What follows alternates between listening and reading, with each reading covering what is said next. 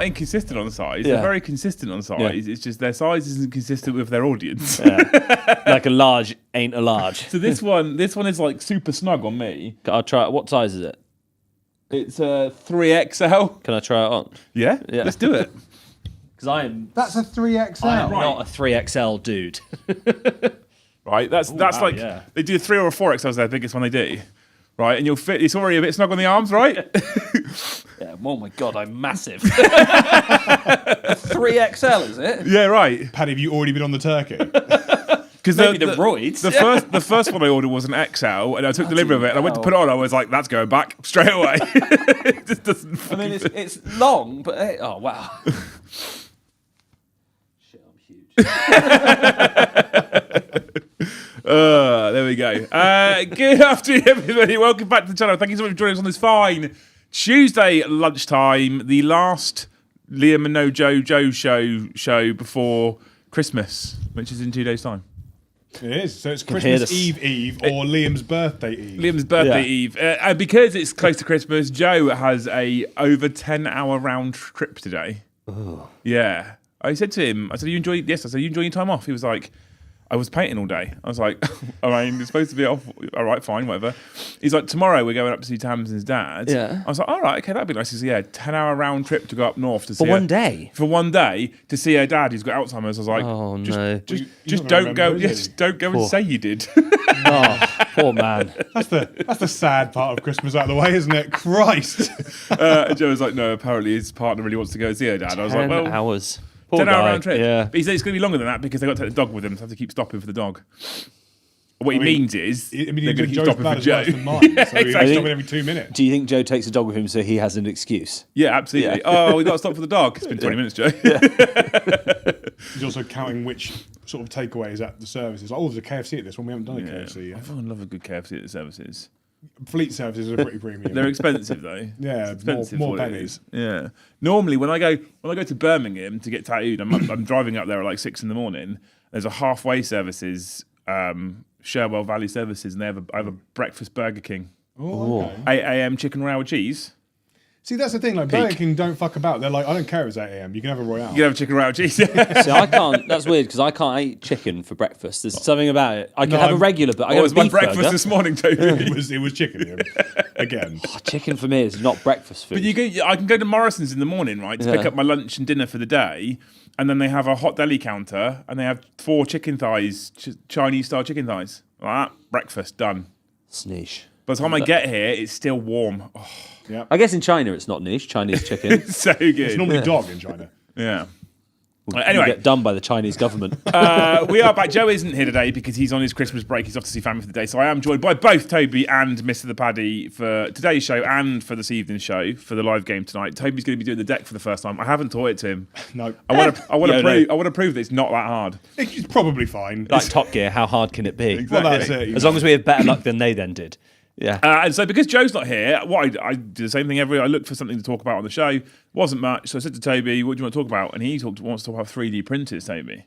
That was your choice about 3D printing. I just thought it was 3D interesting printers. because we've come from basically, I've had up until like the last 4 weeks, no experience with 3D printers. You've had very little apart from going, oh, I've got a resin printer. I hate it. Goodbye, resin printer.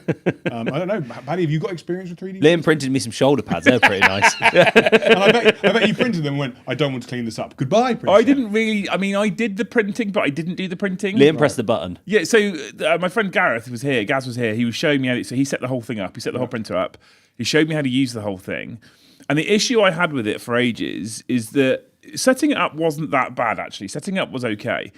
But then cleaning it down, ready for it not being used for a couple of weeks because you've not got anything to print, was a faff. Yeah. It was a massive faff. And to try and to lift the tray out and pour the resin away into a bottle, it was such a faff. And if you spill it on cut, it just gets everywhere and it's fucking Yeah, and then you haven't got to use like a UV light. Yeah, it's horrible stuff. Yeah. So he showed me how he set it all up. He showed me how it worked, and then I went into some software and we found some. So everybody knows this year's. Was it this year? It was this year, wasn't it? This year's drama around Sanguinary Guards. Yeah. And they were not Blood Angels enough. No. And Paddy had some new Sanguinary Guard. He was like, I wonder if we can print some old Sanguinary Guard shoulder pads that are scaled up for new Sanguinary Guards so they can look like. And I was like, it's worth a go, that, isn't it? And we did it. We went and found a file. Yeah. We pulled the file in. We did all the supporting stuff. I don't know if you probably would have done this. No, I have done it once. So you have to basically work out the angle you want the pad to come off the plate at, and then you have to build supports onto it so that it doesn't break off during the kind of print. And we did all that, and I was genuinely quite interested. And we printed these shoulder pads, and they came out really nice, I think. Yeah. Really decent. And we fitted them, and it was fine. I was like, oh, this could be fucking exciting. This is a dangerous rabbit hole to dive down. And then I got shown the clean it away procedure. And then I went, no, I'm not fucking interested. I can see your eyes. As he was like, and then we've got to pour this. I think your eyes would glaze over and you were like, I'm out. Like, you could just watch the interest just fading. It's like, I love this. No. So it then sat on my desk through there with the curing station next to it, which has got a proper like dedicated curing station and stuff like that, and a dry and what have you. And it sat there for 3 months, I reckon, or something, or maybe longer. And I was like, I don't have any inspiration to try and refill this. Yeah. Refilling it's fine. It would be then the cleaning it out again afterwards. Yeah. And so Gaz came back down and he was like, have you used it? I was like, no. Because of those reasons. And what he's done is he's taken it away with him with the curing station or what have you. And if we want anything now, we can say to Gaz, can you print these bits? And he'll print bits for us. So that was, up until very recently, that was my experience with printing. That was literally it. Yeah, so the only experience I had was I bought some FDM, sort of like they're snowy hills we've got.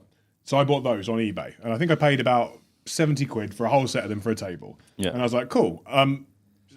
3D printed, never experienced anything like that. So let's get some, have a look at it. It came and I was like, oh, it looks all right. Like, for terrain and things like that, that's pretty good. And then when we obviously started talking about, well, we've got 16 tables downstairs. Well, so I had a similar experience. So we've got a set of Eldar terrain that we use on the channel, right? And it's massive. And I got it printed. I bought it off of Etsy or some shit, right? And it's fine. It is, but it's got horrific print lines all the way down it. So when I first ordered it and turned up, I put it in the terrain room and I was like, we need to sand that down with some sandpaper before we paint it. And it was sat there for ages waiting for me to decide to sand it down. And then I couldn't be bothered. And Joe was like, I'll do it. And then what he meant was he'll do it, he'll take it home. He won't sand it down, he'll just paint it. Right. Which is fine. Like, it's terrain. I don't care. It's fine, right? And so I always looked at resin printers of more detail. Yeah. But faff. I think they're really good for like small bits, big stuff. FDM printers are quicker and cheaper and easier, but you get worse lines. Yeah. Was my experience. Yeah. And my kind of knowledge. Fair. That was it. And like having sort of had to like on the fly learn about FDM printing, we'll get onto that in a minute, is that I can see how someone, when you're buying terrain like that, someone can go, like I was talking about earlier, like the printer has normal speed, silent speed, sport mode, and ludicrous speed. Yeah. Now, ludicrous speed or sport mode speed is going to print faster, but obviously lose quality, so that's where the lines probably come in. So I'd imagine if someone on eBay, and that's their side hustle or their job, they're like, cool, well, someone's bought this, I need to get it out in 3 days, and I've got 2 rolls of filament, 2 kilos worth of filament to use to make this terrain, so I need to get it done as quick as possible. So I guess that was the case, but like I was skeptical because I was like, well, you get lines with 3D printing with filament, and like I'm a bit like you. Like I'd love a resin printer, but I would be like, when resin printer can go, it's finished printing. You press a button that goes now curing, and then it drains, and you just empty a tray and then put the tray back in. I'm in, fine. Until that point, I'm like, I can't be doing. Or a spenny one that will just automatically empty on the press of a button. I'd love some like shoulder pads and bits like that because I like to do a lot of conversions, but a lot of my pieces are just like I famously bought Belisario's called just for his axe once. Because I wanted the axe. If I could 3D print with resin, I could probably have just printed one, but I just wanted the bit. Well, so this is where we'll evolve the conversation a bit, right? So we had the conversation early on, you and I, about we need to do 16 tables of terrain. We've got a lot of stuff in the studio that we can lend in the short term to make sure every table has some terrain on it, and it will be stuff that people will have seen on the channel. And there is varying levels of quality. Some of it's really nice. Some of it, none of it's bad. Obviously, we wouldn't use it on the channel, but there is definitely varying levels of quality. One of the things we really want to do is bring this like unique, bespoke, premium, custom kind of gaming experience of people that can play super narrative games on super cool looking tables that aren't just symmetrical L shapes. Or just like, the biggest problem I have is that we're trying to build something that's quite special. It's not just every hobby shop, is it? It's we're trying to be the best in the field that we can possibly do. And like, it's very easy, and we'll still be able to do so happily, to put out tournament layouts for people, because there's no problem with that. And that's actually relatively straightforward, but trying to create thematic tables that help tell a story for people to play on, or you open a White Dwarf as a kid and be like, how cool would it be to play on that table? Or you look at you go through Warhammer World and you see some of those dioramas and be like, how cool would it be to actually play on something like that? I've always really enjoyed that aspect of the hobby, and I was like, with the GW kits, or by buying 3D prints online and getting someone to send it to us, it would cost thousands. So there has to be another way. And I was like, maybe we should get some printers and give it a go. So we got one printer. Before that printer arrived, we got a second printer. And then I started printing on the first printer. I was like, we need another big one. Let's get another big printer. So then we have 3 Every printers. time I've walked in this building, the first thing you hear is just the printers going. Paddy, they haven't stopped. They never sleep. I've come in on the weekend on my days off because a print's finished. I've been like, it needs work printer. Yeah. Our energy bill came through as well. They haven't stopped. So you know, what's been interesting is since we started this, and I've been looking at it, and you've been looking at it. Yours is probably the same, but my social media algorithm and my Google STL, algorithm it's is like, now here, you want to full of files. buy right? some more fucking It's STLs. better than the stuff that Joe puts on your social media, though. And Just saying. we're printing some fucking cool shit. Some of which you'll see tonight, chat. If you watch the game at 7:30 tonight, you'll see some of the stuff that we've been printing, which is for downstairs. We're going to be showing some of the stuff off on streams before you get to come and play on these tables, and it looks beautiful. But there's a line, and I don't mean print lines here. No, it's an interesting one, isn't it? Because it's like, is it okay?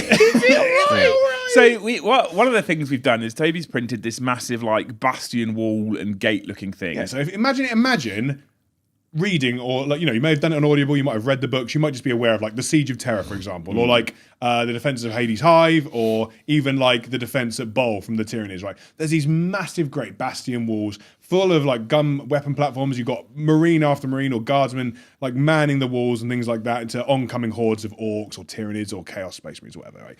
But Games Workshop, and I'll start this because I think this is an important caveat, currently do not make anything. So I couldn't go to Games Workshop or Forge World and go, I want to recreate that. What have you got that allows me to do so? They don't currently, at the time of this live. I don't think so. They've obviously had the trench system, which I like, and that kind of fulfills a similar sort of thing. But these big sort of pieces that are, I would say, akin to in keeping with something like a Forge World display, I couldn't get from them to create a table. Right. So at which point there becomes a gap in the market. Sort of, I suppose. Sci-fi bastion wall isn't something they can control. No, it's not. For intellectual property. However, when you have the opportunity to print add-ons to said wall that look like little turrets that happen to be called Heavy Bolter. Yeah, I mean, and this is the thing, right? Or las cannon. When I opened the files, and I've actually spoken to the creator of the files, I shared a picture of some of the stuff I painted on my Instagram. He messaged me, he was like, dude, you've smashed that, it looks really cool. Please. It does look good. It does look good. I was tempted to say to him, I was like, bro, just maybe call it, like, you know, laser cannon or something like machine gun turret. Yeah, machine gun turret, or like, you know, not the actual name of like something, because like, there's one thing by like naming it. There's something that'd be like, it looks like that, but I've called it a machine. Because let's get one thing very clear. Recently, they've proven this, and I don't know where you guys stand, but I'm pro this. Games Workshop will go after you. Yeah, because like IP theft is that. If I like wrote a song and then someone like basically copied it. I mean, look at like Ed Sheeran. He's gone, I'm going to sue you because you've basically taken something that was mine and are saying it's yours, and you're making money from that. Right. Plagiarism isn't cool. You got told that at school. No, I think if the Heavy Bolter turret or the las cannon turret looks similar to a Heavy Bolter or las cannon, but it isn't quite the same. Yeah, in so much as it's like a gun. Yeah, with a barrel. And you called it laser cannon. Yeah. You'd probably get away with it. Yeah. It's not only these particular ones, you know, and I don't want to throw anyone under the bus because I actually really like the files and I like the guy that makes them. Is that if you called it a laser turret, they're less likely to search for that and go, that looks an awful lot like a las cannon. Yeah. If you call it a las cannon, it's easy to find. And that becomes a problem because you are literally, las cannon will be a trademark, I would imagine. I would, yeah. You know, I don't think they'd need to trademark. I think they've got plenty of evidence. But yeah, it's like Open any of these codexes from the last 30 years. Yeah, here's a picture of it. Here's Pictures of here's it. the thing. Here's like a design spec we put in one of our books. Yeah. Here's the history of Laz weaponry. Here's it on people, tags, buildings. Literally. And in a museum. Yeah. And many, many stories featuring them. Yeah, So it's just odd, isn't it? Because one of the things my social media algorithm is thrown in my face at the moment is so many STL files that are cool as shit, without doubt, and so many STL files that are not only also cool as shit, but they're quite clearly IP theft. yeah. And at this point, I'm not. So I think we can all probably agree, and I'd love to know what chat thinks, but I think we can all probably agree that direct copying current miniatures is inexcusable. No, I mean this is so. For example, like going on to like the whole resin print thing, like with the resin printer, you would be able to print like actual figures. Like, you know, a lot of like the Trench Crusade stuff was done by you buy the STLs and then you can print them. You wouldn't print them on an FDM because I don't think they'd look great. Don't get me wrong, I think if I adjusted the settings down to like the smallest nozzle and the smallest layer lines, they probably wouldn't be the worst, but they wouldn't be the quality of resin. When it's designed and it's its own IP, I think it's fine. But like I personally, if someone was like, there's a Astraeus. Now I'm pretty sure somewhere on the internet you would get a recast of an Astraeus. Now I would love an Astraeus. Toby, somewhere on the internet you can get a recast of everything Games Workshop makes. Right, okay. Without doubt. Get a recast of a lot of things on the internet. Yeah. But I personally think that's really like that's not their product to sell, so you shouldn't do that. There's no excusing it. How do you feel about a product that goes out no longer in stock, but was a Games Workshop product? So let's say, for sake of argument, it's a topic of conversation for last night's stream. Commissar Yarrick, right? Was a model for Games Workshop. You were able to buy him from Games Workshop. You now can't currently. What do you think about a company 3D printing that? Okay, so if Aston Martin had a car in 1975 and they stopped making it, could someone go and make that exact same car? Well, they could. Should they? Well, no, so I don't think they should. That's what I'm asking you. No, I don't. I mean, I can understand the want for it, and I also don't like this. And this is probably another sort of caveat to that: is like when you get like a limited edition model and it's sold out immediately, but someone's 3D scanned it and. Well, There's also a difference between you have sat at home and gone, I really like Yarrick, but I wish he had this pose, and you built it yourself, you 3D made it, and you printed yourself a model. And then there's a difference when you go, and now I'm going to sell it to everyone. I think some people treat it like a bit of a grey area, though, don't they? Some people treat the Games Workshop no longer make this thing anymore. Yeah. I can't get hold of it anymore. They don't make it. They haven't made it for a decade. So I think it's okay to print it. And I can see the logic. Yeah. I can sort of sympathise with that logic. I don't personally like it. I think, though, that is still their product. It's still, they made it. Imagine if we had an IP lawyer sat here. Oh, God. They'd be like, negative. Well, you've done fucked absolutely up. Not, yeah. No. Naughty. Because where does it work? Like, there's people that have, here's a 3D print file for space soldiers.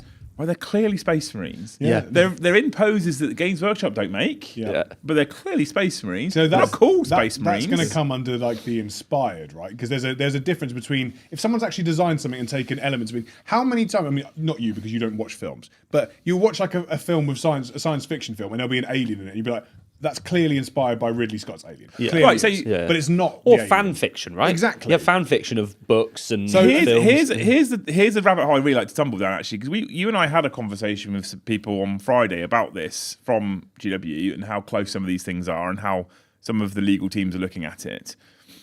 Do you not think, though, that from Games Workshop themselves, it's a little hypocritical? Because, let's be honest, for the longest time, their IP was based on taking concepts and inspiration from all the other sci-fi universes and mash them into their own. Yes. The difference is they now have a lot of money. I mean, yeah. So they can be like, you can call the kettle black, Liam, but we're holding the pot. Yeah. So, I mean, it's a difficult one. So, for example, I've seen some really, really nice, they're not Primarchs, but alternative takes on like Lord of the Sanguinors and things like that. It's clearly a pose of Sanguinius at the Eternity Gate, where he stood, his wings are proud, he's holding his spear and he's got his sword down to his side. But it looks cooler than the actual one, It is though. fucking incredible. And like if you were to get that printed well by someone who was really good with like a 14K printer or 16K printer, you'd probably be like, that's better than the current, quite old Sanguinius you can get from Forge World. It doesn't say it's him. It's very clearly him. It doesn't look like the model of him, but it looks like a carbon copy of the book cover of Echoes of Eternity. I'd love to know where that lands legally. Exactly, because I'd like to genuinely like to it's know.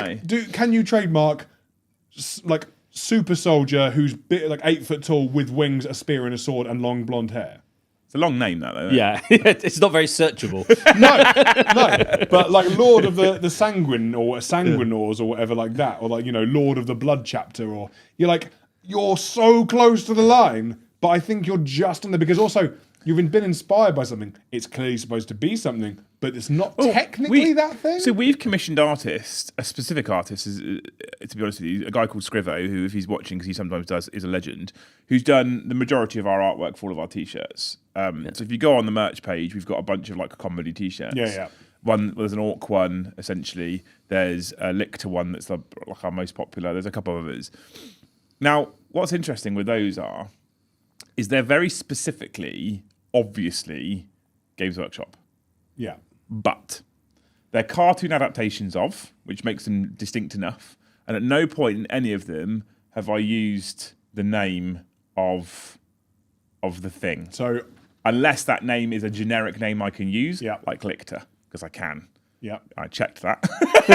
So interestingly, the most popular T-shirt my band ever sold was an artist caricature drew all of us as characters from Rick and Morty. Yeah. And we were all coming out of a portal. Now, we called that the Portal T-shirt. Outsold everything we've ever printed by the thousands, right?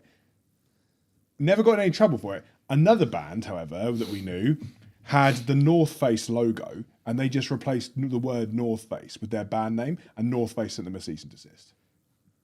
It's wild, isn't it? It's crazy. And there wasn't you need to stop what you're doing. It's like, you have 24 hours to remove that. You must refund and prove to us you've refunded any sales of that you haven't already dispatched, or we will come for you and we will be taking your firstborn children. Yeah.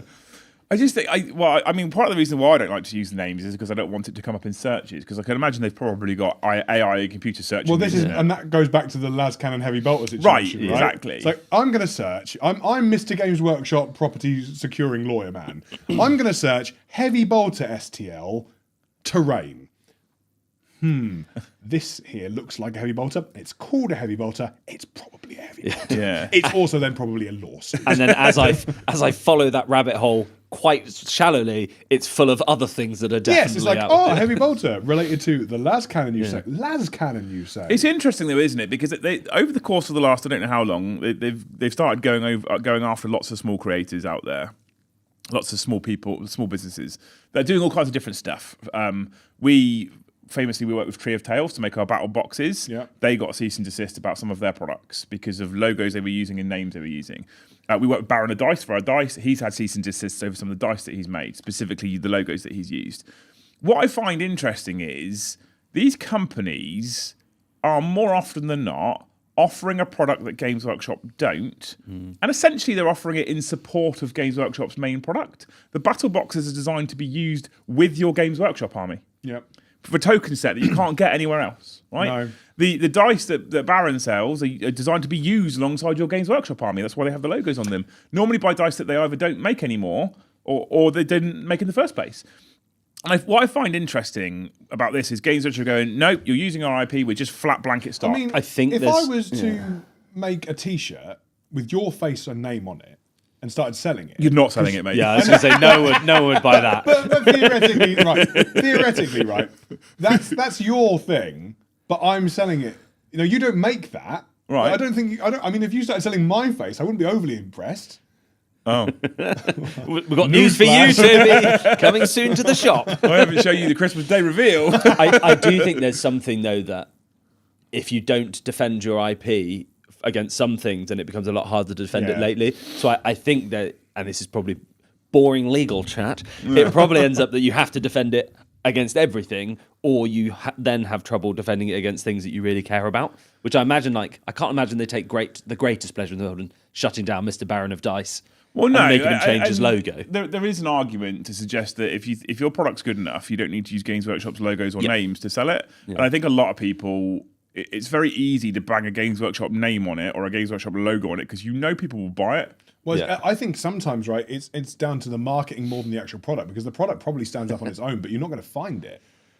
So if you're searching for something, if you want Blood Angels dice, you're going to search for Blood Angels dice. So if you can't call it Blood Angels dice, you're in terms of your search algorithms, you're already at a disadvantage. So famously there was a Kickstarter that happened a while ago, which was Ravaged Star by Mini Wargaming. Yeah. Yeah.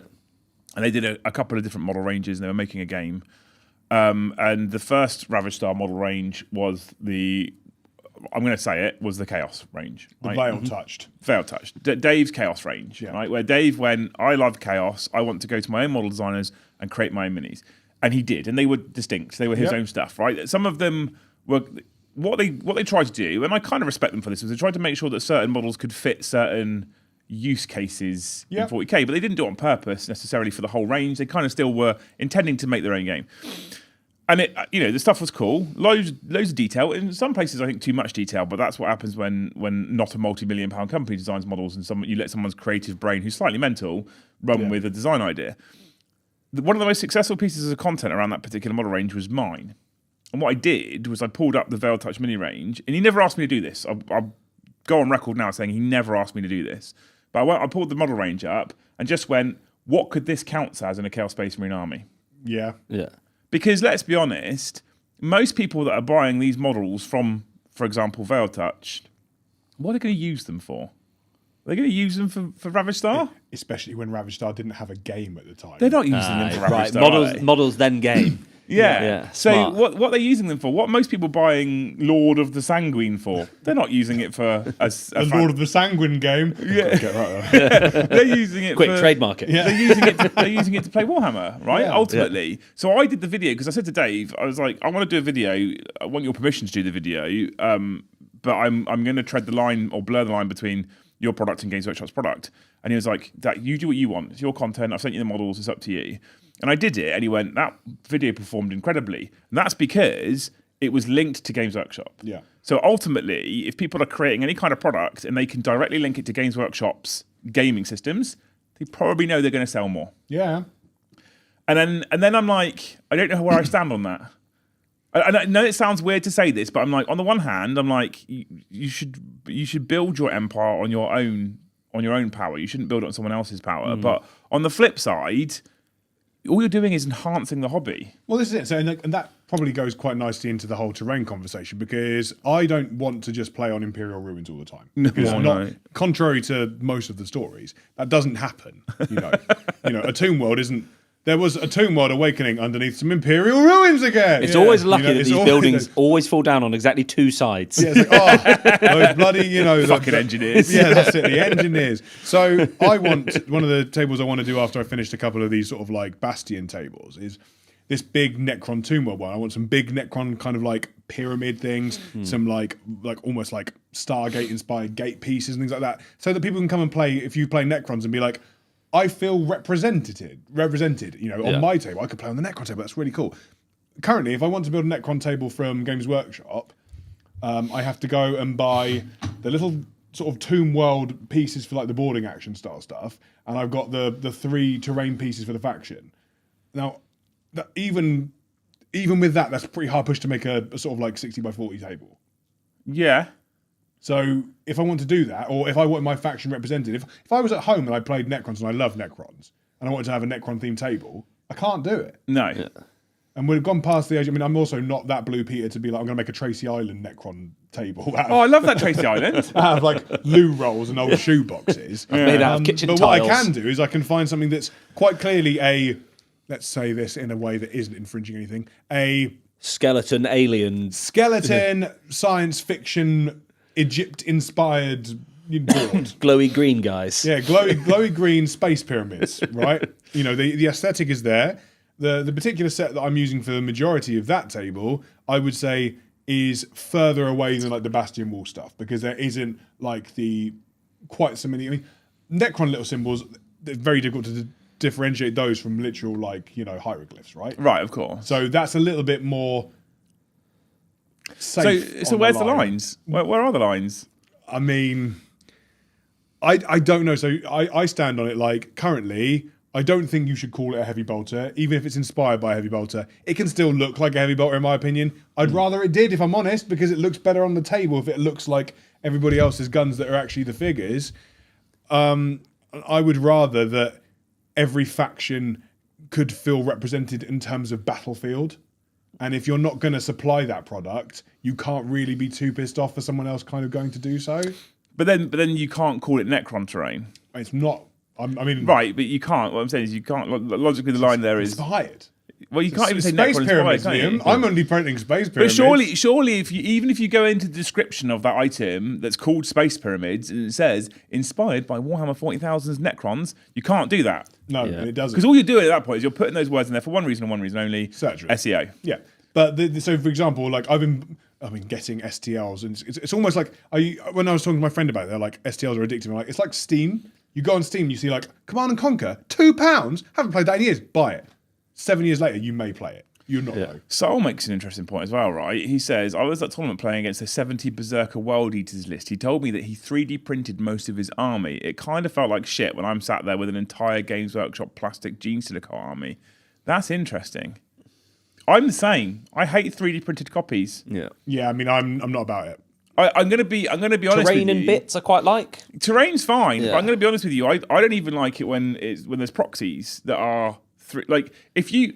So Joe uses the big heresy robots, Castellax, I think. Yeah. He uses them as obliterators, which is a proxy. Perfectly okay with that. You're proxying Games Workshop plastic with Games Workshop plastic. Yeah. Cool. They're on the right base size and what you're using. Well, this is it. I mean, I don't want to paint an Abmech army twice, so I went and every base size and the unit sizes I can do. My heresy Abmech can be played as 40k Abmech because Castellax can easily be Castellan breaches or whatever, and etc. etc. The right base sizes, they look the same. But when someone's gone, I've 3D printed this, and it's going to count as that, and you're like, well, I've never even seen this. Yeah, what before. is that? Yeah. Yeah. You know, 3D printing 70 Berserkers does not sound like a. It's not. I wouldn't do it. I'm gonna say this, and the fucking 3D printing fans out there are gonna hate me, but I've also not seen a print yet that's as good as Games Workshop plastic. Agreed. Yeah, that's fair. Just haven't. I mean, you know, the only like resin I've ever worked with is I've got a few Forge World models in some of my armies, and like some of those are pretty crispy, especially some of the new ones like Horus Ascended, wild, really really cool. Yeah, I've got him in a box. But, Some of the old ones are less crispy. Some of the old ones. I mean, more bubbly, like an aero. I mean, Finecast. What an absolute abomination that was. Who decided that? Who one day slightly cured their own jizz and went, that'll make a great product.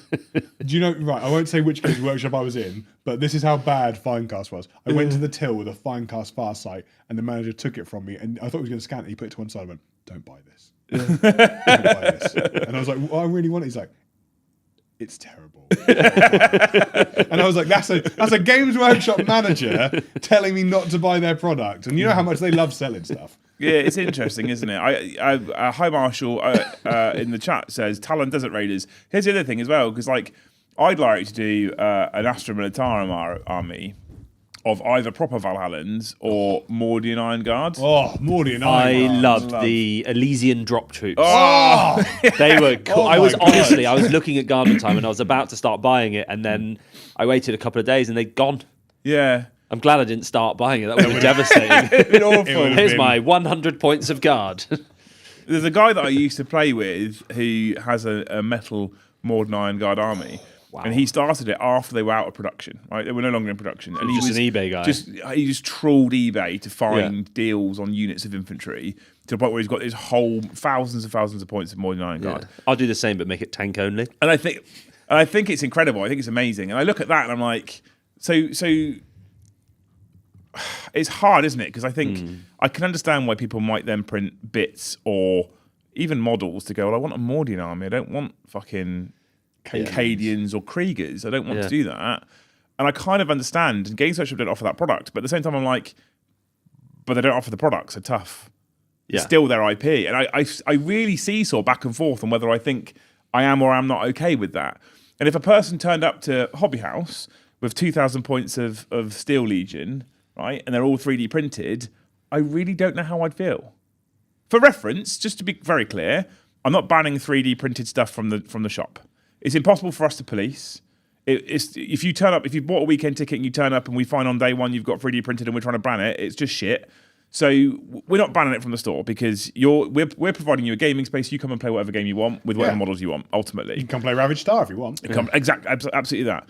So we're not banning it, but I don't know how I'd feel about it. Yeah, there's the person, like personally. Yeah, right. Yeah. I don't know whether because it's a product that they don't make, whether I'm okay with people going, well, they don't make it, and someone says, there's another way as well. There's another whole other aspect that we haven't actually covered thinking about it, and that is the difference between, you kind of touched on it earlier, designing and printing it yourself for your own use and selling it to people. Yeah. It's two different things there. So if you went home and went, I've designed all these Mordian miniatures by however the fuck you do it, I don't know, and I've printed an army for me to use and me to use only, I think I'd probably be more comfortable with that. Yeah.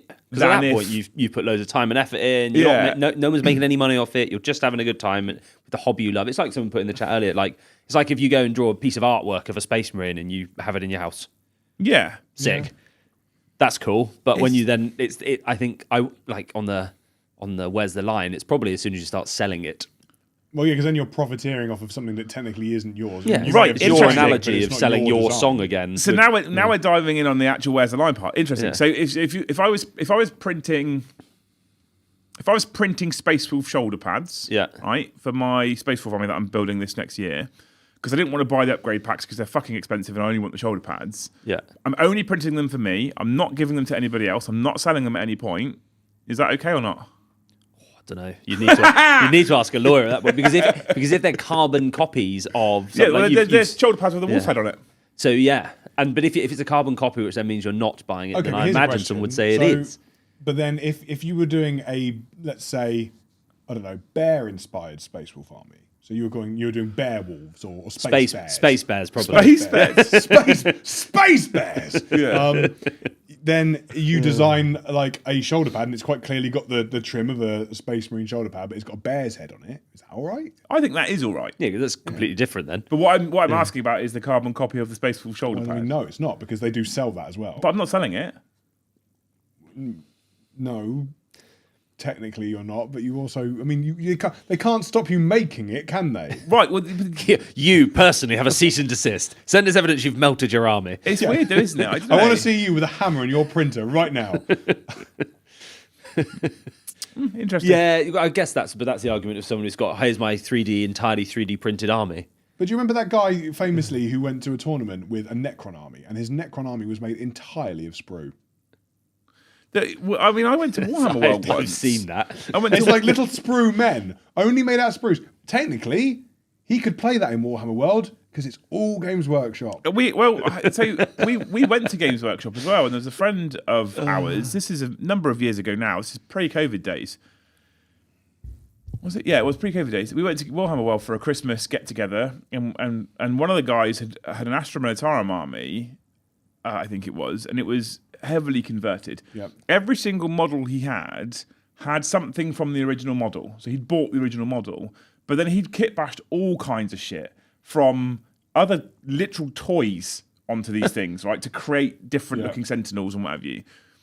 And it wasn't even like, at this point 3D printing wasn't that big. At this point, carbon copying wasn't that big. It just wasn't a thing that happened. And Games Workshop came over and went, you can't bring them here again. Why not? They're not 100% Games Workshop. Yeah, I got told by my friend who was a Games Workshop manager.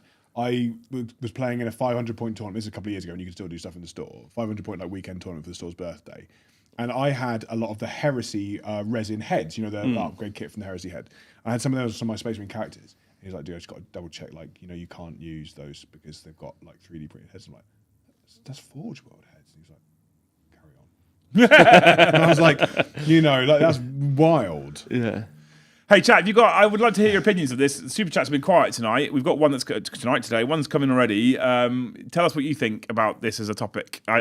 This is often quite polarising. I'm quite interested to hear where 3D printer goes burn. No, I just like to think where people think the line is, like, or where people's own moral line is, because I think it's quite interesting. So one of the reasons why I'm asking this question as well is what we have been doing is if we're buying files to print, we're trying to buy ones with commercial licenses.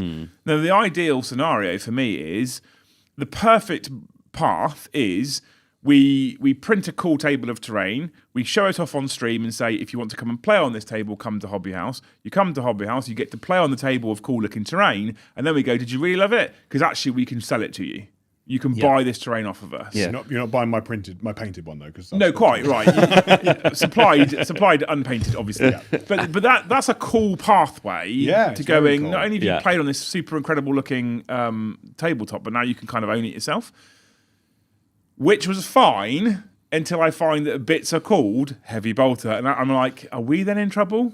Because we're selling it. You would be. Yeah, no, this is it. I mean, and I think on a cease and desist level, right?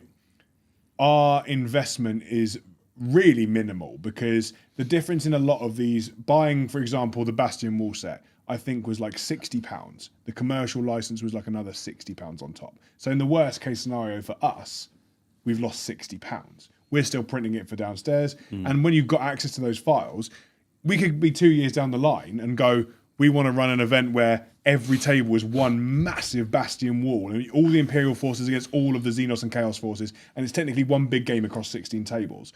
No one can stop us doing that at that point because we already own the files, as long as we're not selling the files. So the investment for someone who, like a designer, who's spending all their time designing, creating this IP of their fortress wall or whatever to sell, like some of these people that I've been speaking to who provided me with the STL files, that's their job. Yeah. So they're running a very different one because they're going, I need to sell them either for £60 for someone to use at home or £120 for them to sell more and create it if they want to. But then the minute Games Workshop go, oi, no, they've got nothing. They can do nothing else at that point. So our level of investment is always going to be fairly minimal because we have technically two caveats in which to use the terrain, either on the channel or mainly for the shop. Whereas selling it is a nice bonus for us. Because also, for us to sell it, if it got to that point where it's actually quite a popular thing, firstly, we would just be more selective with which ones commercial licenses we're buying and offering. And secondly, we'd have to invest in more printers anyway. Well, we would also choose the wording carefully of what we're selling. Well, also, 100%. I mean, I'm really interested in this is long game plan down the line of going to someone, and there's quite a big YouTuber, Zorpazorp, who partnered up with someone to create a line of terrain, which I'm printing downstairs. It's fantastic. To be able to go and like design our own terrain and go like, look, this is like the Great Hall set, you know what I mean? Yeah. And go like Great Hall science fiction, space cruiser or whatever. And you can have like, like not drop pod, but like launcher bays and things like that. And to be able to do that sort of stuff. Cozy wooden walls behind all of it. Cozy Great Hall spaceship. In space. It's all this. Viking Space Hall, Yeah. But to be able to... man in a corner eating chicken in a chair. Yeah. That would be the most downloaded STL as well. Fucking Space Joe. Oh, Space Joe. Space Joe sat on a fucking toilet eating a family pack of goujons. Yeah. That's your central objective. Jesus Christ. But to be able to do that, because if we were careful with it, and obviously you find a good designer and go, look, this is what we want, we don't want to infringe any IPs because we don't agree with it, and also we don't want fucking Capital Punishment Workshop coming down on us with a fucking shovel, then that becomes really cool. And I think that for me, like in the 3D printing world that we've sort of stepped into, is like what I would love to see at some point. I'm just reading. You can do that. There is no law against it. You can promote it as sci-fi fantasy table terrain and in no way mention Games Workshop. Imagine Games Workshop don't exist and everything they ever made. Just don't say one word. Well, this is the point. So the point is, though, the Cal is the files that we've bought from the company that have made them have quite clearly got some level of IP infringement on it. They just do. And what I don't want to do is then pass that on and then be complicit in. And I would argue that with your, channel and things like that, we would be in a better standing than some of these Kickstarter campaigns because you already have a platform to kind of go, this terrain that I've made, which doesn't infringe on anything, is great for this game that I literally make my livelihood around, right? Yeah. And we've also got a shop. I also have contacts in there, and I've done this a few times. Well, I've done this a few times where I've messaged them and been like, is this okay? Or that being said, little story, when we started coming up with the concept of the Lictor t-shirt, I did message my rep at GW and was like, this is what I want to do. It's quite an adult theme. Is it okay? Because obviously it says Lictor, hardly newer. And then he didn't get back to me because he was abroad. And then Scrivo sent me the design. I saw the design and I messaged him again and went, I don't care what your answer is, I'm selling it. because it was so fucking good. I was like, that's going on the website straight away. They never got back to me. And thankfully, they didn't come back and say no. I was a no. Yeah. So, permission is 9/10. Is that what they say? No? Yeah. I mean, Merging metaphors, but yeah, why not? On purpose. No, you can't. There's an IP in that metaphor we've just used. Find you can work with and get them to design ideas. I think we will do that in the future. I think I would love that. we're diving quite deep into this printing world. I'm already looking at buying another small one in the near future. More printers. Especially now the print lab. More now terrain. that updated new one's come out, the new No, small one's come it's out. nice, isn't it? With a fancy screen and a better camera. With that 16 table limit is going to go right by. We've got 160 tables worth of terrain because Toby won't stop. Well, yeah, but the thing is, there is a world where we've said this as well. If the business is successful, so we have. For those of you that don't know, chat, right? We've got a 4-story building essentially. We're in the top floor right now. This is the studio. Then there's the middle floor and the ground floor, and then underneath there's essentially a basement. Right, the basement is a garage. Our current setup is that the ground floor is going to be your gaming hall and retail shop and coffee. A coffee machine got delivered today, which is fancy. And you can sit there and have a nice coffee and play. There'll be 16 tables of high quality terrain eventually when Toby finally finishes it all. And then you'll be able to buy your models, etc. The middle floor has got our office in it, but it's also and our print farm now. But it's also going to be where we're holding all of our online retail stock, right? To start with, it's not customer facing. We don't need to heat it. We don't need to light it. We just just turn it on when we pack up orders and turn One off candle. Yeah, pretty much. The printers are probably heating the floor. Walk around with a candle like that to pick a pack of people's orders, right? Yeah. What I'd like to do eventually is, if the business is doing well, I want to move that online retail space into the basement, which means we have to do some conversion work to that garage, which is a cost we can't currently afford, which is why we're not doing it right now.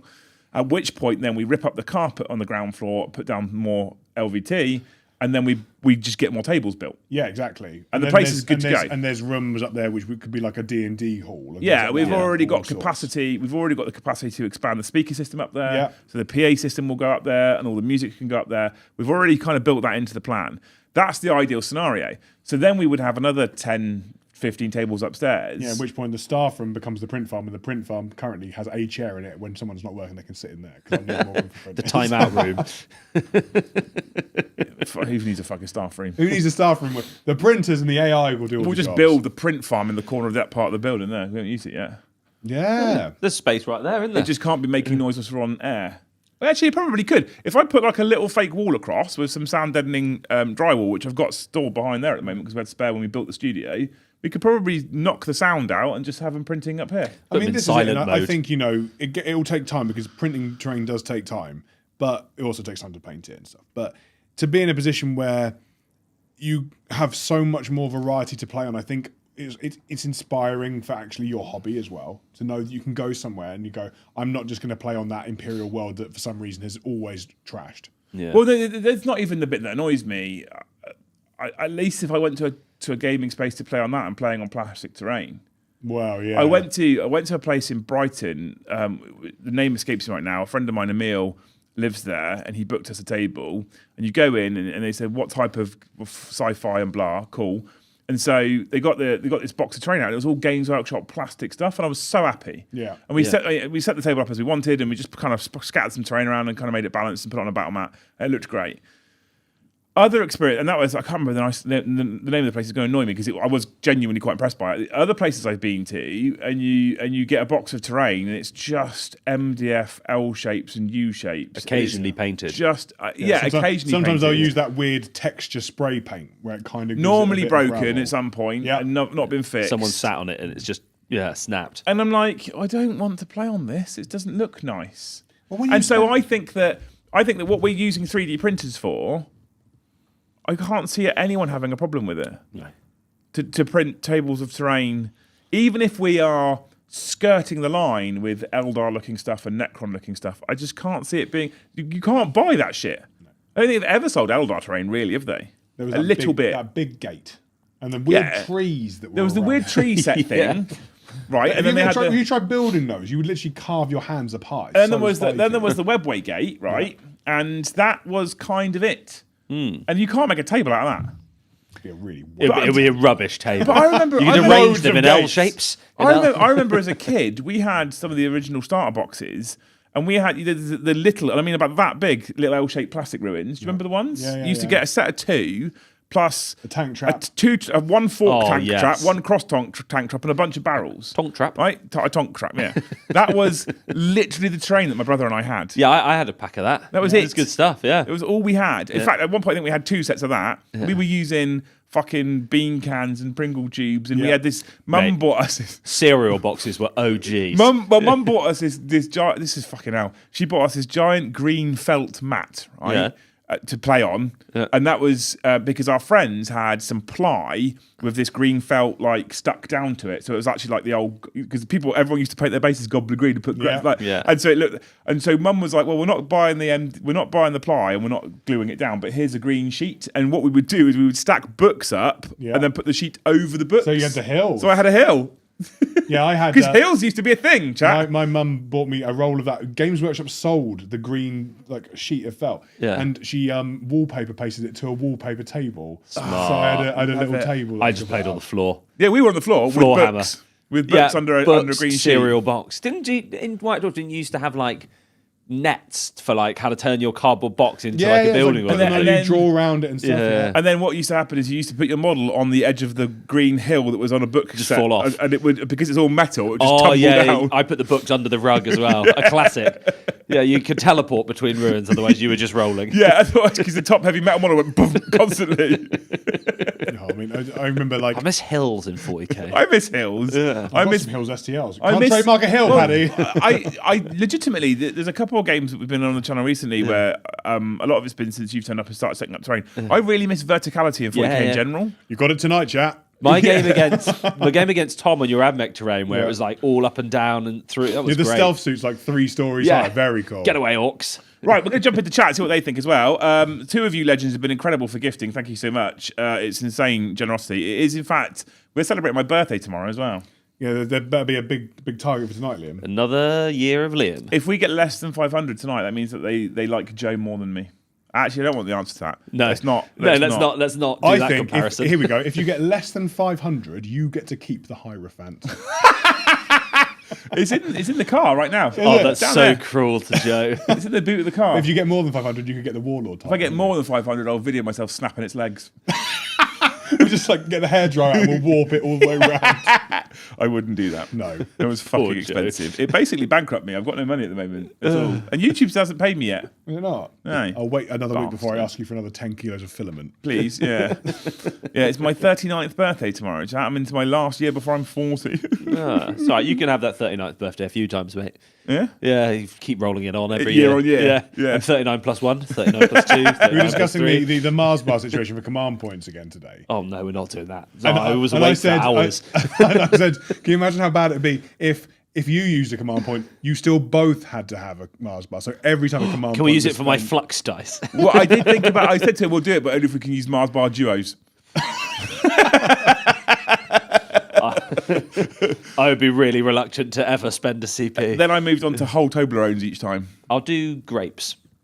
What we could do is we could buy bananas. a tub of celebrations, and then you don't know what you're getting, so it's a risk. A blind draw. If there's, you should be like, I'm going to use this command point. Oh, sick! It's something I want. A bounty. I love a bounty. I love a bounty. Okay, well, this is the only time it's ever happened, but you're in the minority. For I'm not liking minority now. Christ. I fucking love a bounty. That's never happened in the history of All chocolate. right, what's that double decker? We were always left with a double decker. They were shit. Yeah, Love a double. I love a full-size double-decker, but the celebration double-deckers are rubbish. Shit, aren't they? They're rubbish. They don't taste like double-deckers. No, facts. Yeah. I'll have to go and find what was it? Was it Revels you used to get? And there's like a coffee one and an orange one. Yeah, and you couldn't tell if you were getting coffee or orange. They look the same. We could just go and buy lots and lots of chicken. In honour of Joe. Yeah. A chicken wings, but they get progressively spicier the more command points you use. No, just have a random... Each turn, you both have to eat the number of chicken tenders that the turn is. No, I reckon so turn 5, you're on 5 tenders We each. do no spice to maximum burn your face off spice chicken wings, right? And then we mix them all up onto a bowl, and then you have to pick one. Yeah. Off you go. I love that so much. It's the new challenger card you get to swap. I'm into it. Let's do that. Right. We'll start off with a big thank you to John McCardle for 50. So, do you want to do hopes today? I hope that John McCardle comes and he. Full stop. End. No. So next time John comes, right, you do a heresy game, but you can play Siege of Terror game on the Bastion. Yeah, that'd be good. Alex says the dark chocolate bounty kind of slaps. Oh, that sounds nice. That's Actually, the red I've not bounty. seen that one. It's the one in the red packet. I had a white chocolate twirl the other day. Yeah. Dibs. Awful. Yeah, it's not good. Too much. No, it's just rank. It just doesn't taste like white. It's just shit. It's too much air, not enough chocolate. Yeah. You know what? I'm going to go out there. I prefer a ripple to a twirl. Ooh, that's Yeah, agreed, I think. Minority! I think it's a bold move. I'm normally not a Galaxy man either, but I do like a twirl. You prefer single. Okay, you prefer one finger over two. He's not a Kit Kat chunky guy, then. Yeah. No, that's it. You can't get a duo of ripples. Do you know what is wank though? A flake. What's wrong with a flake? It's a twirl that can't get his fucking act together. It's also, all of those are just not enough chocolate. If I'm buying a chocolate bar for the same price, I'm having dense A Cadbury. flake is designed for an ice cream anyway. It's not, you don't Yeah, need so to get a packet. why are they selling it in a normal packet then? So you can put it in your ice cream. money. Well, yeah. What's your favourite chocolate bar? Oh, Christ. Double decker, full size. What was that? Really? Ooh, you didn't even Love hesitate there. I rotate between three. I don't know A if Lion it's- bar, a double decker, and a crunchy. I do like a lion bar and a Crunchy's crunchy. good. Those are Samantha's my favourite's three. a crunchy. I really like. I don't know if it's classed as a chocolate bar, but there is a chocolate bar version because we've had it. That Lindor one, that red one. Oh, so decadent. It's fucking I feel like I need beautiful. to be fed that by like a servant at Reach. It's You- that you- decadent. you're the Followed big- up with like grapes. I feel when I eat it, I feel like Hedonite Bot from Futurama. Like, give me my chocolate. I think that's got to be one of my favourites. I It's don't know. up there, I don't know. I love a classic dairy milk as well, though. Yeah, the OG. Yeah, Fruit and nut. fruit nut. Yeah, I like. I don't know what. No, that's fake. That's The like, one why they are you trying started- to be healthy? I in don't know your what chocolate? happened when they started putting jelly beans in it, but someone at Cadbury's needs their hard drive. I'm not. What I'm not was that trying one to. that had like the popping candy? Yeah, the marvelous one. I quite like I'm not. that. I'm not trying to be healthy. I just like nut and fruits. I said that on purpose that way around as well.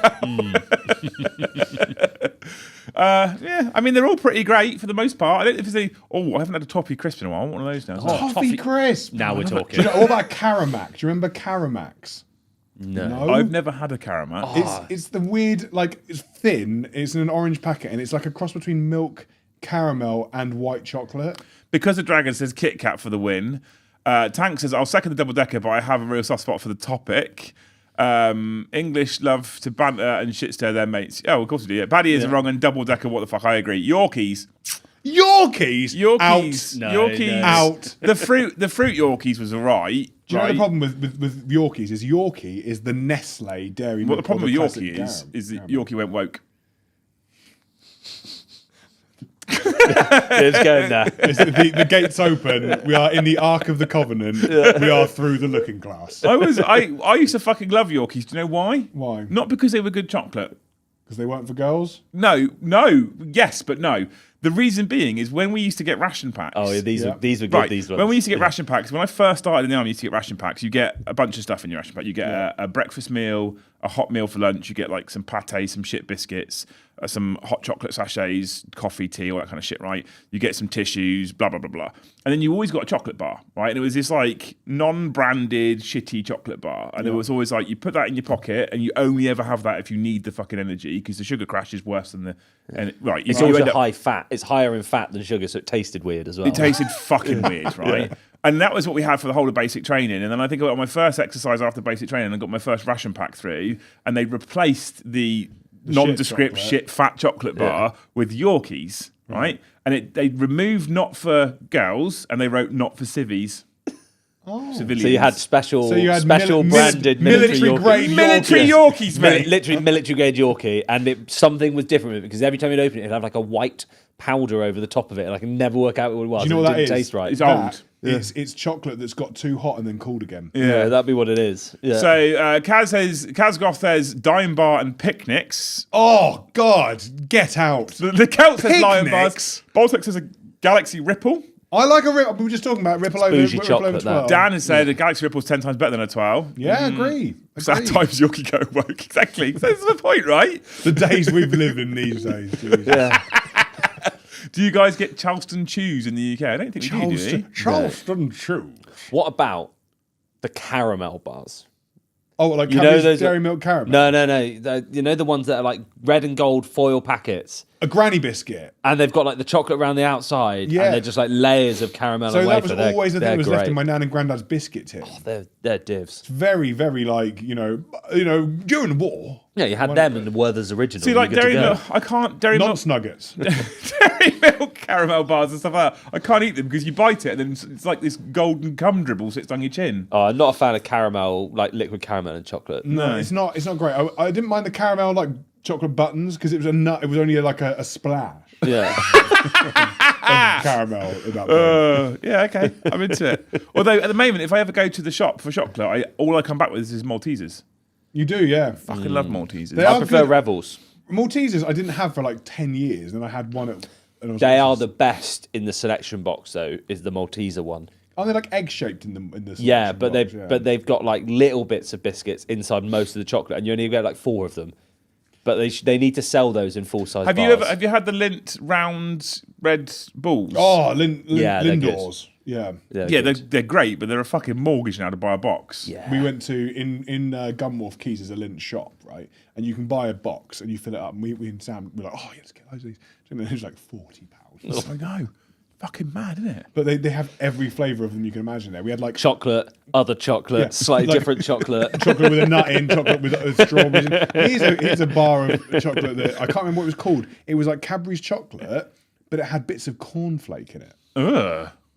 You not ever had those like it was like a nest cake with the mini eggs. I used to on it. make them. I used to make them at home. Yeah, it didn't last very long. It was Yeah. like Cadbury's Dreams. Remember that when they tried to go into the realm of Milky Bar, and Milky Bar like get fucked, son. And it didn't last very long. I like a Milky Bar. Yeah, I like a Milky Like I Bar. like a Milky hot Way. chocolate that tastes like a Milky Bar. Yeah, well, coming soon.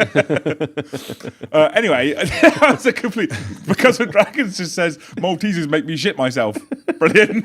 Is there a limit? Like, is there? Is it one Malteser and you're done? Yeah, or is there like you get to 65 Maltesers and then that's A done? Boost doesn't a Boost have Like nougat. It's got mad like levels of glucose in it or something? yeah. The boost is like it's called a boost for a reason. It gives you a real temporary boost. Yeah, I'm And then a surprised Joe massive doesn't- crash. I'm surprised Joe doesn't dip him in his monster. Evan, thank you for one gifted, by the way. Legend. And that the hope for you, John, was after your 50 gifted, which is incredible. Thank you so much. Dave, thank you for the $2. He says, "Merry Christmas, everyone. Happy birthday to you." Oh, thank you. Oh. Absolute legend. Love Merry you, Dave. Christmas to you too. And you, Dave. Nice yeah. comment. Yeah. M&S outrageously chocolatey crusted creams. They are fucking good. I've heard of those. I've never had them. Outrageously chocolatey and custard creams. Yeah, they're custard Yeah. creams covered covered in literally, chocolate. and they're Oh, not just like dipped in chocolate. They're like submerged, left to set for a while, and then taken out, I and then dipped again. I take it back. I want several. They do bourbons as well, which is like double the chocolate. Is that dipped in custard though?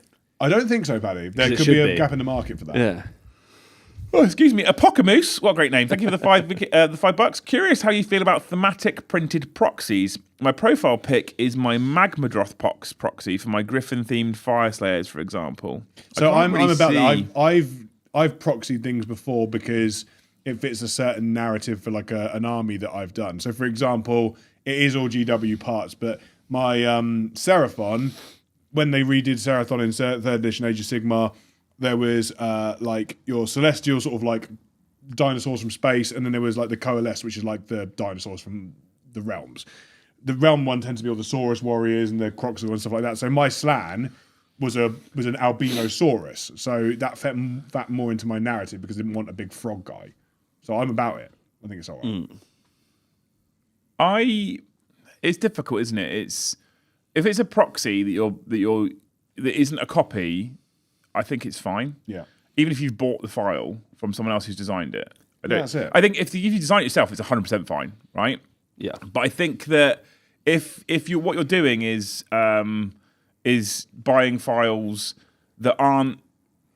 If you wanted to use as your Magmadroth the Exocrine from Tyranids, but you didn't want to buy the Exocrine because you're using it as a kit bash, so you printed an Exocrine, then I'm No against one's it. buying printed X screens. But you know what I'm saying? Though? As an example, right? If that's what you were going to do, I'd be against it because although you're going, well, I don't want the whole fucking kit because I don't need the whole kit. You're still buying a copy of something. Well, that's it. So even if I could have probably found a print of Cool's axe, I still would have. The file, the thing that he's got in his profile picture, which is Griffin, I think is cool as shit. Wicked. So I need to go for a wee wees. no, Look, Joe always goes back 3 times. You've lasted longer than Joe does. I'm yet to decide whose bladder is worse, Toby or Joe's. Yeah, but I do a better job overall. What we need is to go on a road trip to Sheffield with Toby. We'll have to do our bets again. And then we'll be able to do our sweepstake, and we'll also know factually who is worse. Because that was ridiculous. Being said, I don't think it'll ever be beaten when a single man has 3 toilet breaks at 1 service station stop. That was pretty epic. That was insane, chat. But he'd already had like 3 before that in the hour leading up to it. I think that was the one that catapulted me in the lead for number of stops. Yeah, I was really annoyed by that one. That irritated me. Because we stopped at services, chat, right, on the way up to Sheffield to go to a Hellstorm event, and Joe went to the bathroom when we stopped. Fine, that's okay. He'd been sat in the car for at least 5 minutes, so it wasn't a I hadn't massive seen him surprise. drink anything, but... We then went and had some food because it was lunchtime, and we went and had fucking KFC or a Burger King or something like that, right? And we finished the food, and then, actually, Toby, you need to hear this story. Right. Me, Paddy, and Joe travelled to Sheffield, Joe, Paddy, and I travelled to Sheffield, if I'm going to speak correctly. And Paddy and I had a secret sweepstake on how many times Joe would stop for the toilet or want to stop for the toilet. We stopped a couple of times before we got to the service station we stopped for lunch for. Yeah. And at this point, obviously, he was closer to being correct. And at this point, was pretty confident he was going to be correct. And then this service happened, right? We stopped at the services, got out of the car to have some lunch. Joe's like, I need a toilet. And off he went to the toilet. Fine, cool. I'm still on my bet. I still thought it'd be right. Yeah. We then had food. Yeah. And then Joe went, I'm going to go to the toilet again before we go. Right? Yeah. It's twice 1 services. I was like, cool, okay. So off he went to the toilet. At that point, I was like, well, I'm going to go in the shop in like the Smiths or whatever and buy some snacks for the rest of the ride up to Sheffield. Yeah. So we went into the shop and we grabbed a bottle of drink and some sweets or something. Normal stuff. Snacking. Like a couple of bags of 3 sweets. minutes of activity. 3 minutes of activity. And then I was like, cool, we're good. Paid for it. And then Joe went, I'm going to go to the toilet again. I was like, he was like, yeah, but I have to have a leave-wee. I was like, but you just have had a leave-wee. He went, yeah, but then we've been in the shop. For 2 minutes. For 2 minutes, Joe. And for the entire trip, I don't think Joe drank anything. But it was like double digits in a 5-hour journey. We one service stop, 3 toilet breaks. But I'm convinced that the amount of Monster that gentleman drinks is like his urine tract has rotted away. So yeah, that was, and that catapulted me into the lead. Then. Yeah, I lost, I think, by like a toilet stop because of that triple whammy. Triple whammy. A hat trick of piss. Thank you, nobody, for the $2. We talked about what's acceptable for printing. He says bits, bases, tools, accessories. Bases is one that I'm never going to argue with. No, bases, fill your boots. Unless, of course. Yeah. So one of my favourite basing companies out there is a company called Unreal Wargaming. And they do the sort of the Sanctic Ruins that Joe's Emperor's Children are on. I think they're beautiful, right? They're incredible. They're so nice. They're quite expensive. If you want to kit out a whole army with them, they get quite pricey. Again, if you're direct copying those, naughty. Yeah, if you've designed your own like rubble and then printed or someone's just sold you a generic file that is their own design, then you go for it. Absolutely. Yeah. Absolutely. I want to know what you mean by accessories, though, nobody. Sol, thank you for the $10. He says, I have no issue with 3D printed bits, bases, and terrain. Whole printed minis or armies is a no-go for me. For reference, I play Gene Stealer Cult and AdMech, so I understand the pain of Games Workshop pricing. Fair play to you. Fair play, Andrew in Canada. Yeah. Many a person will have broken long before you have. Yeah. Also, why did you choose those 2 armies? Do you hate money? There is an argument though, right? Which, and I get the argument, and I don't know whether I support the argument or not, but there is an argument that suggests that Games Workshop were a little more generous with their pricing. The emergence of 3D printing might not be quite so strong. Oh yeah, 100%. That's whenever anyone's, and I'll use the voice. Sounded very Irish there. Everyone's like, it won't be long till Games Workshop starts selling STLs. It fucking will. Yeah, they won't. Yeah, never. They won't do that. Why would they? Because the thing is, the minute you let people print their files, their product doesn't look as good because you can't make product as well as they can. Also, you then sell one person a file one time. Yeah. You don't sell people 6 copies of the same box. No, exactly. There's someone who's currently building my 10th box of Castellax. Games Workshop are a behemoth now, right? And because of how big they are as a behemoth, they are the market leaders, without a shadow of a doubt, in this space at the moment. It's going to take a seismic shift for them to no longer be the market leaders, or more importantly, to change their tact. Because all these other companies, for the most part, what they're doing at the moment, and I don't care what anyone says, this is my thoughts on it. What they're doing at the moment is they're producing miniatures that are not as good as Games Workshop, right? Fact, okay? So the only way they then can try and compete with Games Workshop is by selling it at a ridiculously low price. Yep. Now, to produce them on mass levels is incredibly expensive in terms of setup costs, injecting mold machines, etc., etc. So the only way they get around that is by selling you STL files. And by selling you STL files, as you just said, they're never going to make as much money as Games Workshop makes. No, so as one company just gets bigger, the other one's doesn't track. It's not the same growth. If I buy an STL file and we all want 100 of the same model, one STL file, 300 models done. Right, exactly. Yeah. This is my point. Yeah. And even Trench Crusade, right, which everyone was raving about recently, and I haven't looked at it, and I have no negative feelings towards Trench Crusade for reference, but guess what they're doing now? Selling models, not files. It's almost like that is the way to do it. So, my opinion, but hey, what I'm getting at there, Sol, though, is I understand that the pain of pricing is a problem, and the worst part about that is it's not the same for everybody. No. So we have some of the best prices because we're in the UK. Yeah, you go and we buy don't have those overseas shipping costs, do we? You go and buy those models in New Zealand or Australia. Oof. Jesus fucking Christ! Yeah. Or in the US with tariffs as well. One of the YouTubers I follow, they do like how much does a 2,000 point army cost? That's one of their series, right?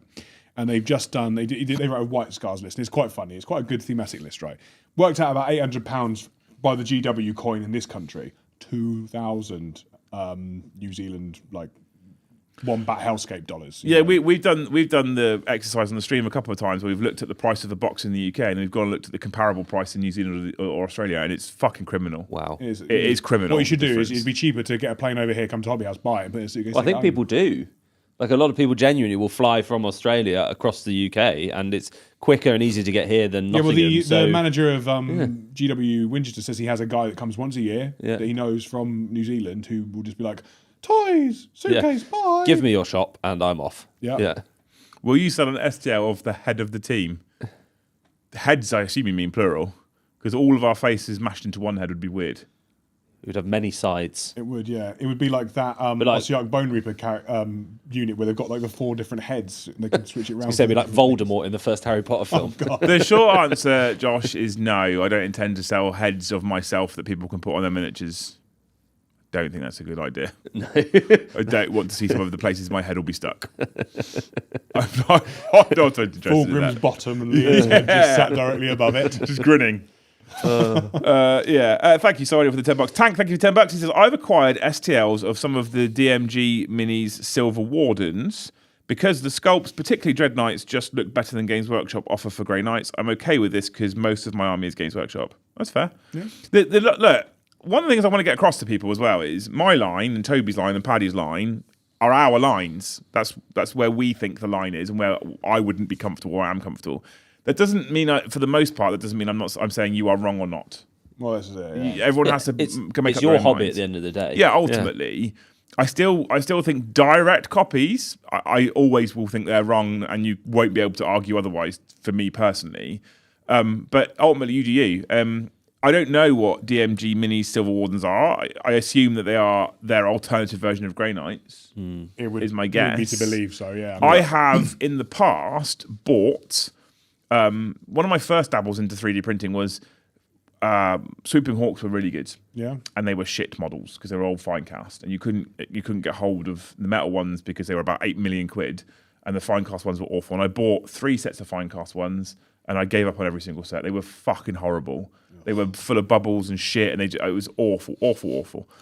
And eventually, I went trawling online via eBay and Etsy and places like that, and I found an alternative Swooping Hawk print. They weren't Swooping Hawks. They were clearly supposed to be Swooping Hawks, but they weren't Swooping Hawks. Right. You know what I mean? Like they were distinct enough. They looked different enough. Right, they looked different enough that and the scale was just about right.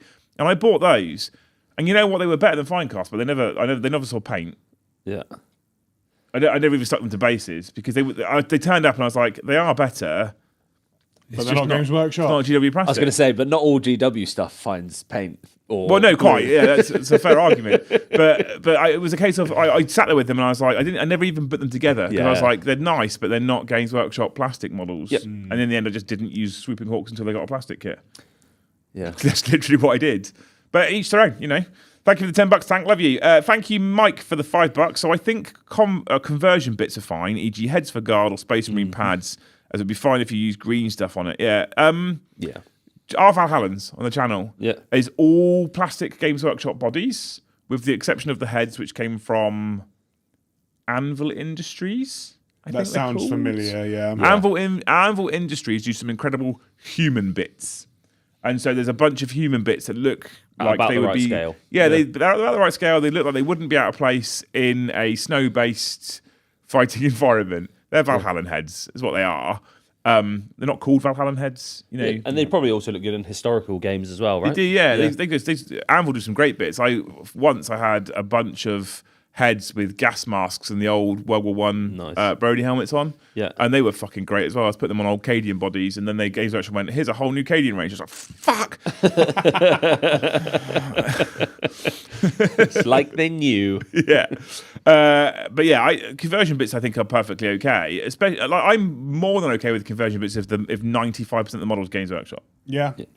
I think there's a Yeah, problem there. you've bought the kit. Yeah, right, exactly. There's a really good company that do like capes, and they're great for Space Marines. Now, a cape is a cape, right? Most people make a cape out of either like, what do you call it, like Green stuff, or milliput, or some people have done it with like that tin foil. You get in like a tin of like tomato puree or whatever, they use that sort of stuff. So cape, yeah, you can clean out like a metal tin of tomato puree. It's a bit thicker, isn't it? Yeah, and then you can fold it into the right capes thing. And I once tried to make a cape and then I threw it away. But surely it's it's ridiculous. always bendable. I mean, I don't Just know. cover it in super glue, mate. Yeah, there you go. Fuck it, super glue.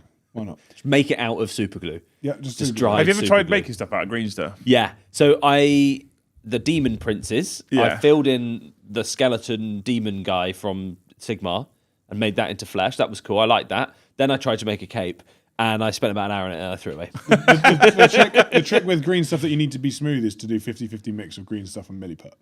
That's how you get around it. Do you know what I do? I tried Not green do it. stuff and I blue do stuff. fucking green stuff. I use it to like fill gaps. Like if I was like when I did my Inceptors on foot, I needed to cut aggressor bodies to fit Inceptor top parts Yeah. on. I've done a bit of filling. Yeah. I can fill stuff with it, but I can't do any sort of. Filling's fine. yeah. I've filled gaps before with green stuff Yeah. and made it look normal. Any kind of actual sculpting. Negative. I've used a base roller once. Yeah. Which was quite cool. Yeah. But You're looking at like one company that I've got a few. They sent me some bits, and they're, as I say, capes and like different heads, and like they're obviously heads that fit Space Marines, but they're not necessarily like excuse me. inspired by particular sort of chapters and things like that. And things like that. Like they've got Dragoon Gaming. They do some really nice bits, some really good bits. Yeah. Dragoon Gaming. Not heard of them. Anvil Industries though, that's where we got. Like I said, that's where we got all the guard stuff from, and they're quite nice. They've got loads of stuff from there. They've got a bit where you can build your own like person. Oh, that's cool. Pick arms, legs, body, torso. I go into the Lego store. Yeah, pretty much. Yeah. Pretty much.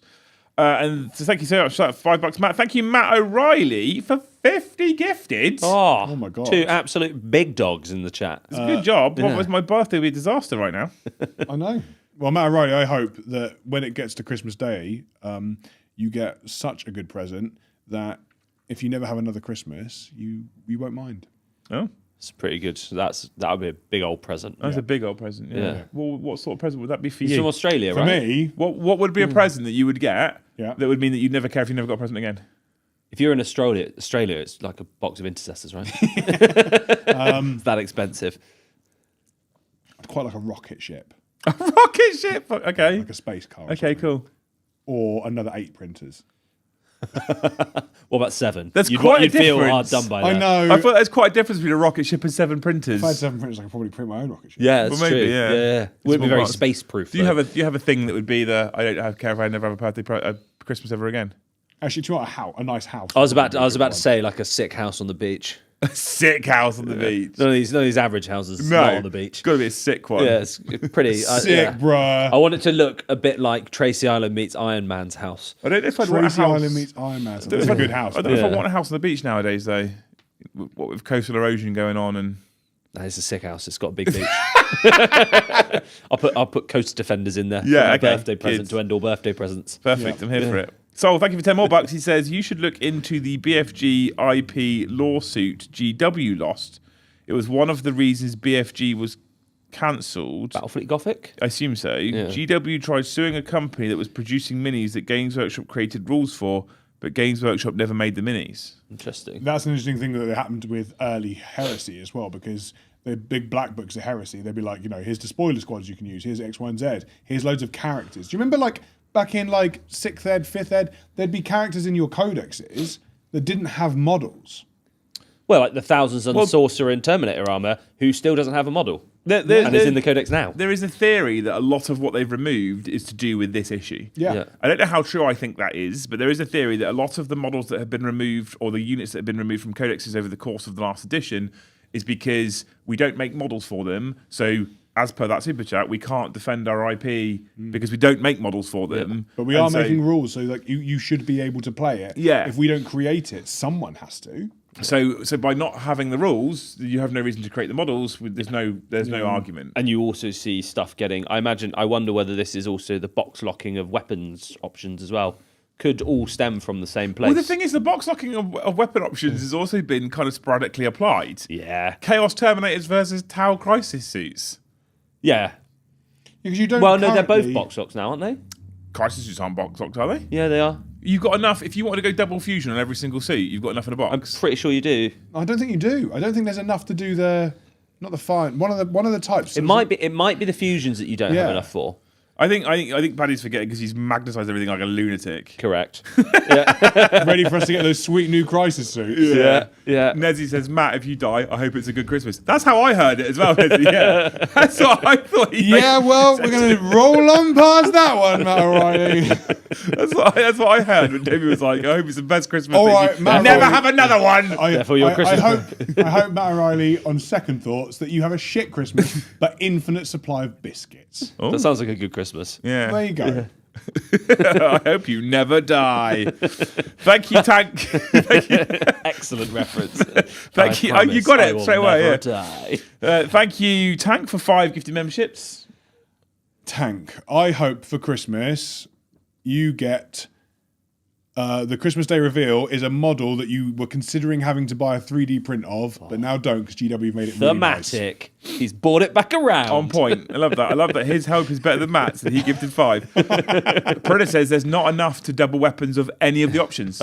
Buy 3 boxes. Did you know Hobbycraft are currently selling the old stealth suits for £12 a pack? If you ever want to see Joe sit in a chair and just start twitching, Just mention Chaos. just mention Chaos Terminator box lock weapons, and he gets so upset. There was a solid 12 months where every single meeting we had with Games Workshop about anything at all. Yeah. So we jump on a call about a balanced data slate.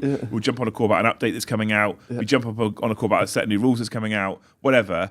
And at the end of it, the guy in charge would say, any questions? And Joe would put his hand up, and you're like, oh. Here we go again. Knocked back Chaos Terminators, Joe. So we've just done a balanced data slate, and we've done rules for town, we've done something else, and Joe's little hand goes up, and they go, yeah, Joe. And he's like, is there any chance you're going to unlock the weapon options for Chaos Terminators? I'm like, every fucking every conversation we had. Was there like a collective, like, oh! And then you can see the guys at Games Workshop going, no, we're not changing. We're not changing. Every single fucking call for like 12 months. Every call. And there was a couple of times I was sat there on a call and he was sat here and he'd say, any questions? And all I hear Joe go, ask about Chaos Terminators. Don't fucking stop. Anyway, Higgins, thank you for the 1 gifted. You're a hero. We are on 108 gifted memberships. So what's that? Champions. 492 you have to do this evening to be Yeah. That would get you more to than Joe? 600. Yeah, that beats Jane, I think. Wow. Yeah. Beat Joe or the Hierophant gets beaten. Beat Joe with a Nezzy, Hierophant. thank you for the $2. Just joining, but thoughts on White Dwarf new missions? I honestly haven't read any of them. I haven't seen them. No, I didn't know they were out. I can't remember the last Grotmas. time I bought a White Dwarf. It's Grotmas, isn't it? I think they're coming out in Grotmas, if I remember rightly. Maybe I'm wrong, but Maybe White Dwarf. a lot of people have said that they're putting White Dwarf missions in Grotmas now. I haven't looked at Grotmas this year at all. I really. feel like Grotmas is like getting coal for Christmas as a child this year. Yeah. Compared to last year. Yeah. Last year we were eating good. This year was really- Last year, what happened is you were a well-behaved boy, and Santa bought you the keys to a Ferrari, right? Yeah. And then this year, you were just as a well-behaved boy, and he went, nah. Yeah. So is that? And they gave you a toy Ferrari halfway through for one day. Yeah. Yeah. You good. crashed your Ferrari into Although a my fucking blood tree. angels have eaten well on both years. I'm just so sick of it always being like, here's a little goblin in a dustbin. Here's a little goblin with a sleigh. It's like, thank you. I got pissy about the Christmas goblin miniature, and chat all told me off. It's just a bit of fun. I'm like, it's a waste of R&D time. I'm just not about it. Not about it. You know. Nobody, thank you for the $2. Accessories, base extenders, movement trays. Okay, that's what you need by accessories. Movement trays, that's smart. All fine. Absolutely all fine. Oh, I love me a movement tray. David, thank you for the $5. The line for me is official tournaments and carbon copies. After that, you do you. In the end, it's your hobby. Yeah, official tournaments I think it's reasonable for them to. The thing is, right, for the most part, you have to look very close to notice the difference. Yeah. I mean, how would you know if you've got some 3D printed purity seals? How is someone going to know? Well, quite. Yeah. Right? Full miniatures are slightly easier to identify, but still not the easiest in some places.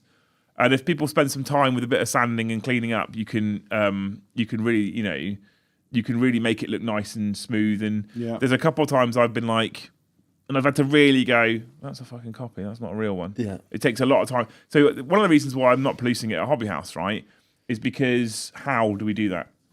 I'd also argue that no other LFGs are probably doing it. They're not, no, quite. But how do you do that? Do you sit there with a fucking set of scales and an original of every miniature that exists? You have to then factor in for paint, though. Some people paint heavy. I've seen some people's paint is We're heavy. just going to go the complete other way, and you can only play models you've bought in Hobby House at Hobby House. Yeah, And have assembled and built there. Yeah, that that's day. Amazing. Right, thank you so much, Dave. Oh my God, chat's got a bit mad. Thank you, Dave WK, for the fucking hell. For my God, they're coming in. Dave, thank you for the $10. Says, I visited an old well fun day thing. My friend refused to play a full 3D printed army. One, it looked like shit, and two, the man was a dick and given it the bigger than fuck you Games Workshop attitude. It sounds like your friend refused to play the guy who happened to have a terrible army. It does. I mean, it is one of those, which is reasonable. It's one of those things that I've had this conversation with Games Workshop Direct a few times, and I've shared a beer and laughed about this quite a lot. People that go, fuck you, Games Workshop. I'm not buying their stuff. I'm sticking my fingers up to Games Workshop. Oh, what are you playing? Old World? Yeah. Right, okay, good. Well done, mate. Fuck you, Games Workshop, except for your game, which I love and spending all my time and weekends doing. Fuck you, Games Workshop. I just think they're going, oh no, Jonathan doesn't like us, as they continue to eat their caviar on their thrones made of solid gold. Or maybe they're Lindor chocolates. This is the thing, isn't it? When people are like, oh, they'll be paying attention now. I'm sure they will with their share price at its highest it's ever been. Yeah. They probably just sit there like that Michael Jackson gif eating popcorn, like, oh, they're kicking off today. Oh. Their share Pass me price, the money, James. Their share price is about to hit £200 a share. Yeah. It's fucking mad. I don't think they care, chat, I'll be honest. Mm-hmm. And they're like, yeah, cool, people can print, that's fine, and we'll continue to make year-on-year record profits. Yeah. Matt, thank you for the $50 dues, which is in Australian, legend. so it's about £10. A big happy birthday to Liam for, I believe, tomorrow. It is, yeah. Welcome to the 40s. Not yet, for another year, Matt, but thank you. 366 days, is it? I hope you are spoiled rotten for your birthday. My version of being spoiled rotten for my birthday is being left the fuck alone. Yeah. I'm not even going to wish him a happy birthday via text. And the boys behave, and you can convince the team to stream so you can just relax and do fuck all if you desire. There's no shows tomorrow. There is no streaming being done. I don't trust people to stream when I haven't been able to set it up. Lise was all morning, what do you want for food tomorrow? I was like, I don't care. What do you want to do tomorrow? Nothing. I want to sit and build Space Wolves and be left alone. I want to sit in my pants with my Space Wolves and the TV on, and I don't want to do anything else. With some mead. She's like, cool, okay, so your parents are coming over at lunchtime, your brother's coming about 3:30. I was like, this is the opposite. This is exactly what I didn't want for my You just birthday. wanted a bone-in tomahawk steak. Not every year up until this year, what we've done every year is we've opened the house up to anyone who wants to come over. Yeah. And I've bought all the beers, and then we've bought a fuck off great big Chinese takeaway, and I mean like that sounds good. 200 quid's worth. And then So what time we turn up to? and then everybody just turns up and I know where his house Chinese is, don't food. worry. Yeah. And everyone just turns up and just dishes themselves up and have some food, and it's lovely. But then I get to the end of my birthday and I'm fucking exhausted. Yeah. Like, when's my birthday day? Right. And at the moment I'm fucking exhausted, so I don't want to do that tomorrow. So she was like, "So do you want to do the?" I was like, "I don't want to do the normal. I'm not interested in doing the normal. I don't want to do the normal." She's like, "Okay." I was like, I just want to be fucking left alone and chill out for a couple of days while I've got some time off. And she kept pushing me this morning for food. Anyway, in the end, I was like, let's just do takeaway because I don't want to make a decision now. And you keep asking me. Yeah. She's like, well, I need a plan. I was like, all right, what's your takeaway? And then she said to me, are you sure you want to do takeaway? I was like, why not? She went, because you're working really hard, you're eating better, you're going to the gym more. Are you sure you want to do takeaway? I was like, fine, steak. So she's been to Morrison's for some steak, Maddie. Steak and eggs. Yes, And then please. she said to me, I've got you some steak. I was like, oh, thanks. She was like, can you cook it? Wop, wop, wop. But also, sometimes cooking your own steak is the way to make sure it's exactly what you want. Oh, I absolutely love me cooking some steak. Yeah. Love it. So yeah. Anyway, thank you, Matt. I love you. It will be. Honestly, all joking aside, right? My parents and my brother coming over is not the end of the world. They won't be over for long. They'll come and say hello. It'll be lovely. We'll sit down early. One of the reasons why I don't want people over till 10 o'clock at night is because we can get the kids in their Christmas pajamas and all that kind of shit, right? Which is quite nice. It will be good. I need to check the tracking order actually to see if we've got any more UPS delivery on fucking Boxing Day, or whether I need to come in or not. Because I don't think we've got all the boxes. Well, no, because Gigantor Terminator Man hasn't come. I don't know if Gigantor Terminate Man's coming yet, or is he on the invoice? He's walking his way. I don't think he's on the invoice. Do you think he would be with We had our first Games Workshop order turn up today. 3 Catachan kernels? 3 of the Catachan kernels. Oh. And the half skeleton, half ghost man. Yeah. Oh. The one that Joe's been after for ages. Yeah. All 3 are getting given away. If you win it and give it to Joe, we're taking it back. you're banned. And then we're giving it away again. You've got to sign a contract and it can't go to Joe. The only way he can have that is if he wins the giveaway, which will be part of visit the centre, make a purchase, all that kind of shit, right? Anyway, Cryokinetic, thank you for the 1 gifted membership. You're a hero. It then goes a bit mad, if I'm honest with you, Toby. There's been a lot coming in. I'm watching it just sort of tick away. It's just nothing but gifted since, which means currently we're on 299. No, 300 and it's whatever that number on the top bottom right corner is plus 50.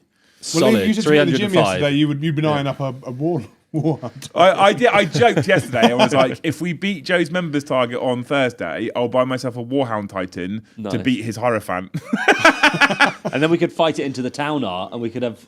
Oh, think of that! Yeah, that's premium content. I really want my own Warhound Titan, but I have to do my Thunderhawk first before I'm allowed that. That's reasonable. Anyway, That's so fair. we'll start off with Legends Gaming Club LLC, who's John McCardle. It's John McCardle's name. Thank you for 50 gifted memberships.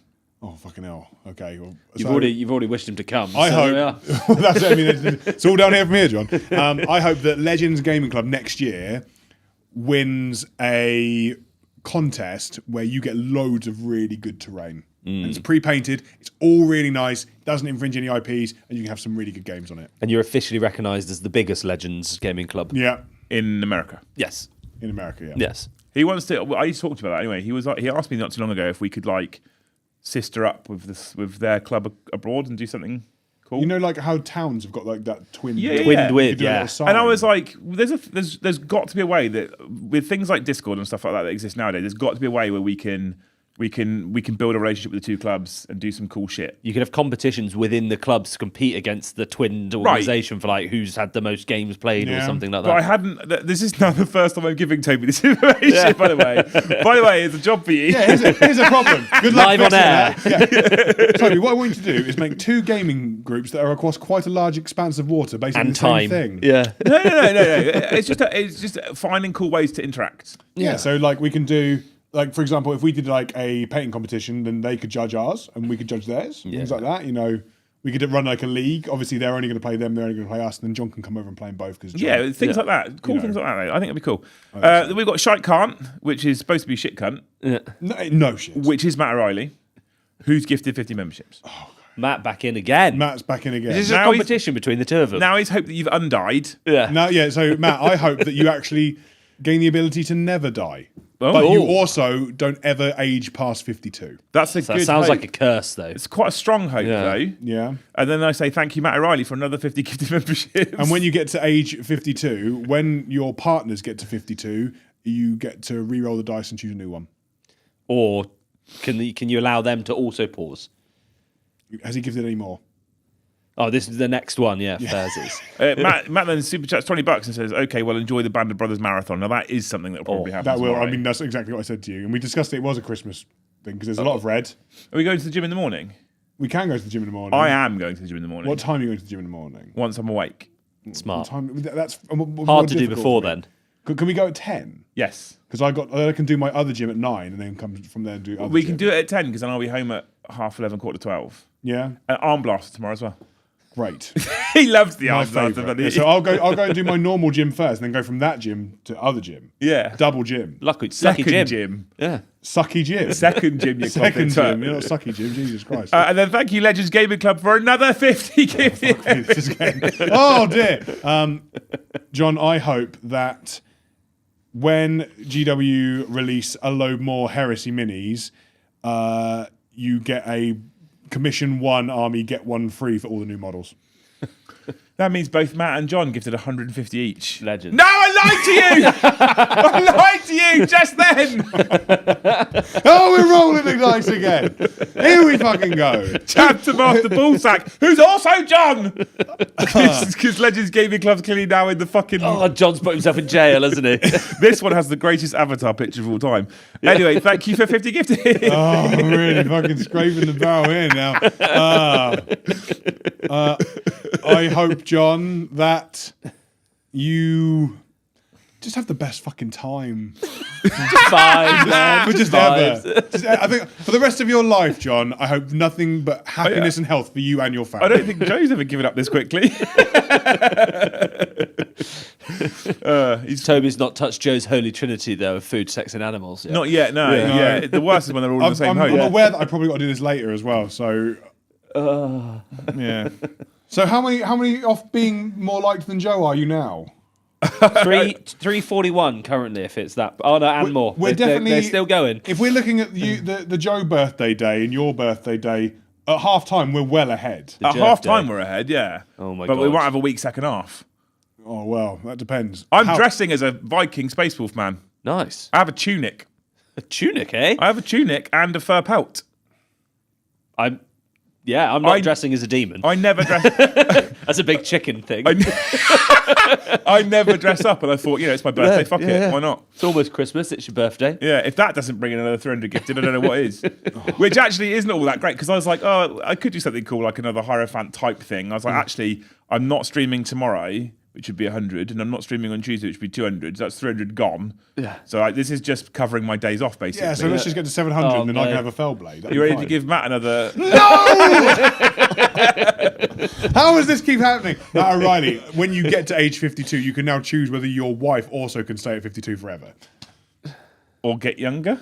No, he already had the option to replace her. That was the last gift, but now he's unlocked the next tier, which is Can you constantly It's replace, DLC. or is it a one swap and you have to have what swaps in? So basically, Every 52 years. So after we got past him, if he was his last Christmas ever, then he can die a happy man.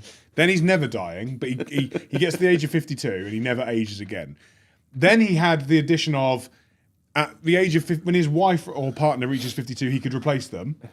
Now he's unlocked the option of, each time that 52 years pass, you can either keep your wife or partner or replace them again. Now, so you don't have to replace now. Do they get old though? They continue to age. No, they get to 52 and stop. Oh. And you could Why go 52? because I don't want it Half to be too 104. young. Really? Most of them are fucking haggard at that point. Right, okay. I well, will be at if any 52. more come in, maybe I'll bring it down to 42. Most of them are haggard at 40. I don't know when this is going to end, so I have to continually give myself. What is the ideal age? What This I am, is a conversation that we don't need to have. what I am every year is my ideal age. I was just trying to get a fucking soundbite out of Toby there. This is dangerous land we're treading in. How many are we on now? Yes. Yes, members. That's if, good. if it's that plus 50, it's 407. No, it's still going up. 409. Oh my God, it keeps going. I think it will stop on 409 if That's my maths is amazing. correct. You guys are crazy. Because Matt and John have done 200 each. Yeah. You're 42 now, Matt. Well, if you want to stay 42 for the small price of another 50 memberships, I can arrange that wish not- for you. He did It's say not he- legally binding. He did say he's done now and he should have been done ages ago. But John's not done. Is that a new It's not profile? new. No, Okay, it's I've not not new. seen this one before. Master my Camel Toe God. is not new. It's John on a mission to get all of his various accounts in YouTube jail. I think we're going to beat Joe's target before the end of the Yeah. Liam, Paddy and Toby show. Well, I hope for you, John, that Legends Gaming Club Oh, here we go. develops its own AI that can both print, paint, and expand itself with more tables. So it's like Optimus Prime becomes the gaming. It's an club. STC for gaming I don't know if tables. that's a good hope. I don't know if I'd like that. What? Where the shop goes? Don't worry, I can make myself bigger. All those trade-ins we've paid, and they're like, no, the shop's just like, no, I've got you covered, bro. How quick until it just takes over the world because it never stops getting bigger? I don't know if I don't. I'm a control freak. You know. No, you know, fucking shit. Yeah, but the robot's your friendly. So if you're like robot, I want Hobby House to have 50 tables. It's like, cool, I'll print the terrain. It'll be painted. You give me the spec. I'll put all the lights in. I'll do the plumbing and it won't leak. I'll put the new bar in and the fridge will actually fit first time. But in hope and ruin it, those tables would just be really small. He's only bringing up all the issues that he knows I've had. I can keep going. We'll expand. There'll be no crackheads outside the front door. It'll be great. At 11 in the morning as well. I love how I was like, leave or I'll call the police. He's like, go on. I'll be gone before they get here. And I'm like, fuck you, crack man. You're right. Gone? What do you mean dead? Impressive. Yeah, that's some logic. Yeah. You were outwitted. I was, yeah. Thank you, Datsun Des, for the $2. He says, insert screwing 28-year-olds joke there. You've had that joke? No. What's the best thing about screwing 28-year-olds? It's way worse than your mind. Yeah, because it's probably not allowed. I'm not it's not allowed on the internet anymore. You've said that as in screwing 28-year-olds. Yeah. Yeah. So what's worse than that? And what's the best thing about screwing 28-year-olds? Nothing is good about that. Liam. Nothing. The answer is the 20 of them. John says, show the lads the Christmas tree. I've just sent it to you. Oh. I hope it's got Warhammer balls on it. It's mostly about the angel on top of the tree. Is it sanguineous? Oh. It is, in fact. I like that, John. I like that a lot. Oh, big fan of that. A lined-up TV, but the TV is lined up, Josh. It is lined up. It's lined up with fucking lasers, you clown. You want to get your fucking wonky eyes tested. Also, you're looking at it from the images. Like, that section has a wall and a door that comes out, so that the whole bar is not asymmetric. Or is it asymmetric? Or I don't know. I don't know what the term is. It's not symmetrical. Same. It is asymmetrical. It's asymmetrical, yes. It's not exactly the same. It's good, though. It's a good sync, isn't it? It's a fucking good sync, yeah. Amazing. Thank you anyway, Datsun Des, for the $2 and the great timeless joke. I absolutely thought would make Toby uncomfortable. Confirmed. Yeah, good work. Guy. Merry fucking Christmas. So Galahad, thank you for the one gifted. He says, dropping a gifted membership like a boss. Oh, well, like a mini boss. Fine, a random NPC. Every gifted is loved. It all helps. Yeah. And actually, Sir Galahad, is you took it from an odd number and made it a multiple of 5 because it's currently 460. Yes. So that's good. That makes me happy. Surely if we get to 500 by the end of this stream, you have to do something really special, Liam. Really special. Like what? I don't know. A flip. I'll get my arse out. You have to do a flip You have to do a on backflip camera. It's been a long time since I've done a flip, I'll be honest. I mean, and I was like 17 at the time. Yeah. So. It might take a few attempts. Yeah. We'll video them and a all. couple of fucking neck braces. Thank you, Shike Hart, for the $10. We all love a national treasure, but the thought of a Hierophant being terrain is hilarious. We could call it Hierophant Hill. I'm here and we need to bleed in the hobby house and let Toby deal with it. Yes. Yeah. So I'm here and we need to bleed in the hobby. No, it's autocorrect's got him. He's hearing that bleeding in hobby house and let. So we were talking about Luce and I were talking on stream the other day about injuries and stuff like that. Right. Yeah. And I was basically saying how I'm sure you don't mind me saying this. You're not particularly good with blood. Not great. No. No, not great. And What if it's your own or I someone said else's? basically, if Either or. you're sat at the hobby bar hobbying with a scalpel and you jam it in your hand, you need to do that when you're not on shift and I am on shift, and then you'll get looked after and helped, rather than a general manager passed out on the floor. You have to call your own I'll be doing ambulance. this, passing the super glue, going, seal that up. Yeah. It's the call me an ambulance. but How not close for are we me. to 500? Well, we were 40 away, Now and we're now 39. I like Datsun Shirley Metals of 500 are the best way to go from here. yeah, I agree. That's it. So Galahad, thank you for one more. After doing the nice thing, you've then ruined it. I feel like you've done that on purpose. I think that's exactly what's happened there. So Galahad, you legend. I love John and Matt bigging up the one gifted. Odd numbers. Odd numbers. Liam's now triggered. You guys are all amazing. Suck it all up for 5. Love that. You got much planned over Christmas, Toby? I'm painting more of the fucking terrain. Yeah. Doing that. I'm gonna have. We're having chicken. We don't have turkey because I'm not a big fan of turkey. No, We've me got neither. goose. I've got beef. Got beef. Respect to all of them. I'm doing a piece of gammon. We've got some friends coming over on Saturday. So I'm not coming over on Saturday. well, you can if you want. No, I will be. There you go. So I'm going to do some gammon, some chicken, and things like that. So quite quiet Christmas for us. I'm going to do hopefully paint some more robots, sit and watch TV with my mum and my wife, and just do a bit of hobby, I think. Sounds nice. What you, Pads? Got much planned for Christmas time? I have 9 people around my house, and I'm cooking Christmas dinner for all of them. On Christmas Day? It's going to be busy, yeah. That sounds fucking rancid. And then on Christmas Eve, or AKA the artist formerly known as Liam's birthday until right now, I've got 8 people around my house for Christmas Eve because the Polish side of the family celebrate Christmas Eve more than Christmas Day. Yeah, I've So heard have you got to cook for them as well? No, I'm not cooking for them. They've got delicious Polish food coming. So I'm eating my body weight in dumplings, which is going to be class. We have got people coming over tomorrow because it's my birthday. Then on Christmas Day, the fucking door gets shut and locked, and no one's allowed in. I've got both sides of the family over, and I'm cooking because that guarantees the Christmas dinner is going to be. I good. do cook Christmas dinner, Yeah. and it is banging. I cook Christmas dinner. It's as because well. I like if I'm going to spend ages waiting for food and having this big dinner, I want to make sure I like every bit of it. So therefore, if I that's just it. cook it, And there's nothing I'm worse happy. than being like, if you fuck those potatoes. Yeah. Well, see, we have the added bonus of cooking goose at Christmas, right? So you get the goose fat. So you get goose fat to Yeah, cook for the the potatoes, potatoes. and they are fucking incredible. So unfortunately, See, us peasants have to just buy the goose fat in the jar. there's 2 vegetarians cooking over, so they're going to be butter instead of goose fat. You But say- butter works. You say peasants, right? But the goose that we bought is the same the same cost as a medium or large turkey was going to be. And the number of people that they say they serve was the same. Although I will confess that Luce did buy a goose a bit later than we had intended because we've been a bit busy and then things like the flu happened. So she ordered it like 2 weeks ago, which means all the small ones had gone. So you've which got means- gigantor goose. So we've got a got goose turbo that goose. serves 8 to 10 people. There's Doubt.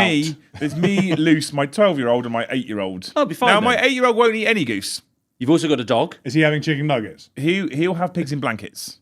a man of And he'll eat culture. his fucking... I don't know if you saw him yesterday eating Cosmos, he'll eat his own body weight in pigs in blankets. Yeah, that I boy. went to go back to Cosmos. That was very enjoyable. The trips to the bathroom afterwards, not so enjoyable. Yeah, I you did enjoyed Cosmo last time You I did not look like you were having fun in the gym last night. No, I went to the gym and I was like, it was 5 hours since we've eaten Cosmos. And I don't eat Oriental food, Paddy, because as much as it tastes nice, doesn't Doesn't me agree very with you much. on the way. Oh, And then we were yeah. at the gym and I was like, I don't feel well. I don't feel so good. My tummy doesn't feel very good. I'm making my own pigs in blankets. So I've gone out and I've bought something like 40 big chipolatas and 40 individual rashers of streaky bacon.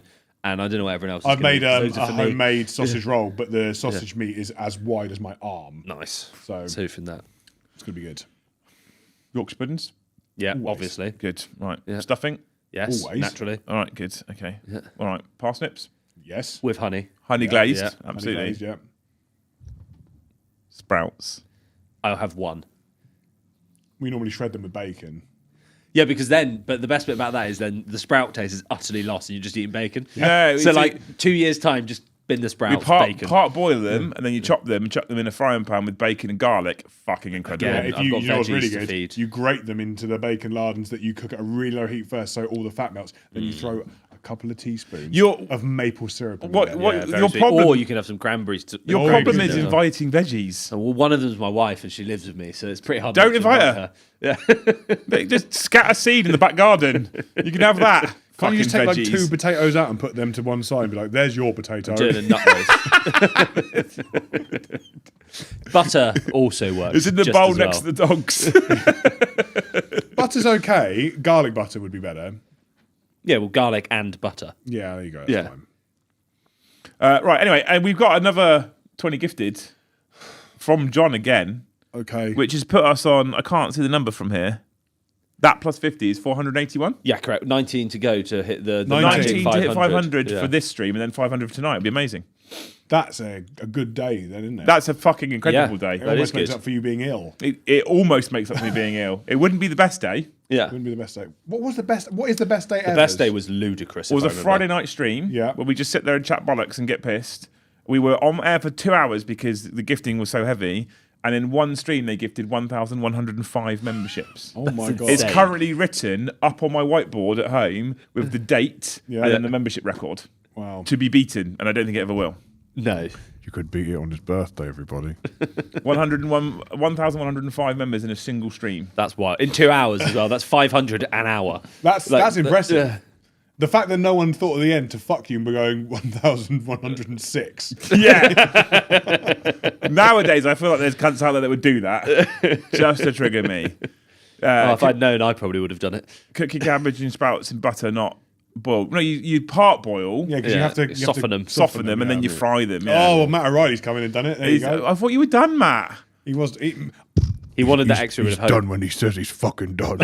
John says, I don't think I gifted any of those. I don't think you did either. I think that record day was without you. Don't worry, John. You can have that. I hope for you, Matt O'Reilly, that today you are part of a new channel record. Oh. I mean, it won't happen because I'm about to end the stream and it won't have been done in a single stream. Well, yeah, but did you do 2 streams that day? No, one. Friday night stream. 2 hours. I told you that. Well, okay. Listen. Well, I wasn't paying attention. No. It's funny. Mine was on terrain. Funny old thing about people that sit in that chair. Don't compare me to the Chicken Lord. Well, tonight, Paddy's going to be the Chicken Lord. Correct. Because you're bringing... The Bullshit Brigade. Zinch Demon Bullshit Brigade. Yes. I'm going to run Space Wolves for the first time in a while. And I promised chat a long time ago that the first time I run Space Wolves again, I would have a level of cosplay. I've bought in the tunic and I've got the fur pelt to put over the top. I will not be matching that by dressing as a chicken or a demon. I also have a 2-headed axe and a shield. I know, and 2 axes behind you. You also have someone dyslexic on deck, so reading the super chats and the super chat names later is going to be interesting. The only thing I don't have that I promised is the side of the head tattoo. Because I had a tax bill. I've got a Sharpie. And that came... the tax bill came first, Should we 3D print you a tattoo? Ted, thank you for the one gifted. You're a legend. So I don't have the head tattoo because I had a tax bill come and they're like 350 quid a tattoo. So yeah, that's my artist. So it's Space Wolves tonight. It's not optimized because I'm just taking shit I like. Yeah, and also when you see the board tonight, all of you dial back in. You don't need Optimus. This is going to be fun. It's going to be fucking cool. I'm taking a bunch of nonsense because I love the Bullshit Brigade. It's a siege. It's just ridiculous. So I'm running Space Wolves, protecting the tower, the gate. As Paddy's just said, he's running a load of nonces, and then Toby's on the deck, having never used it before. Yeah. What could go wrong? What could possibly go wrong? Continual swirly dirlies. Please don't get a head tattoo. You're the one that paid for it. You literally were the one that paid for it. He's taking it back. Taking it back. Just see the members number going down again. Yeah, please don't take them from me. Why was it I need the money? We probably should start getting ready for this evening as well. Yeah. I've already done the table. I'm not Joe. It's already done. I need to eat some chickens. I need to go to the shop and buy something. Yeah. I need to show you how to use the deck. That's something we do need to do, yes, because I've used the button thing before, but the scoreboard I've got no fucking clue. Or how to change cameras. The scoreboard's super easy. Changing cameras is super easy. Honestly, it's not I'm hard. excited. It's not hard. Joe can do it to start with. Luce, when she's done the 2 AOS streams, the first one, I literally just told her what to do from the table when she was getting the right buttons. It's fine, honestly. Must be nearly time for another AOS stream. Well, it'll be the first Monday in January. Yeah. Which, to be fair with where we are with Hobby House, it might not happen because we've got a lot to do, Toby, and not a lot of time to do it in. There's never enough time. Right, cool. I think that's everything. Is there anything you want to say before we go? Best chat. Wow, you stole a line. On behalf of Luce. Yeah, she'll fill you in. Cry, I can hear it driving over now. She's on her way. Anything you'd like to add? Oh, I need to get my little deck out. I need to add, come join us again this evening to watch some Zinch Demons and some Space Wolves for the second part of the Liam birthday / Christmas / extravaganza, fun times.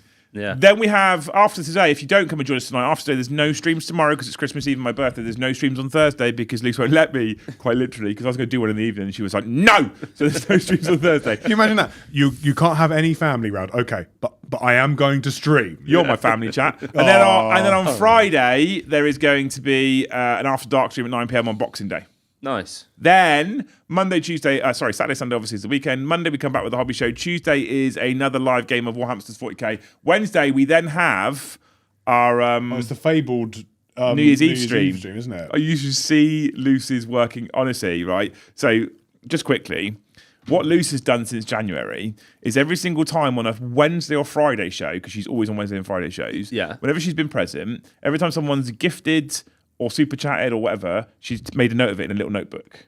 Right? Fuck me. Yeah, right. Wow. Okay. It's a big notebook. We've assigned points to things. So you get a point for doing this, 2 points for doing this, 3 points for doing this. And we've tried to balance it out. So, and I mean this in the nicest possible way to people like John and Matt out there. But so the biggest spenders on the channel aren't the ones who just win every month. Because then it's just not fun for everybody. So we tried to come up with formulate a point system that meant that 50 gifted does get you more points, but doesn't get you so many points, you just run away with it, right? Yeah. So other people that engage quite often have a chance of also winning for each month.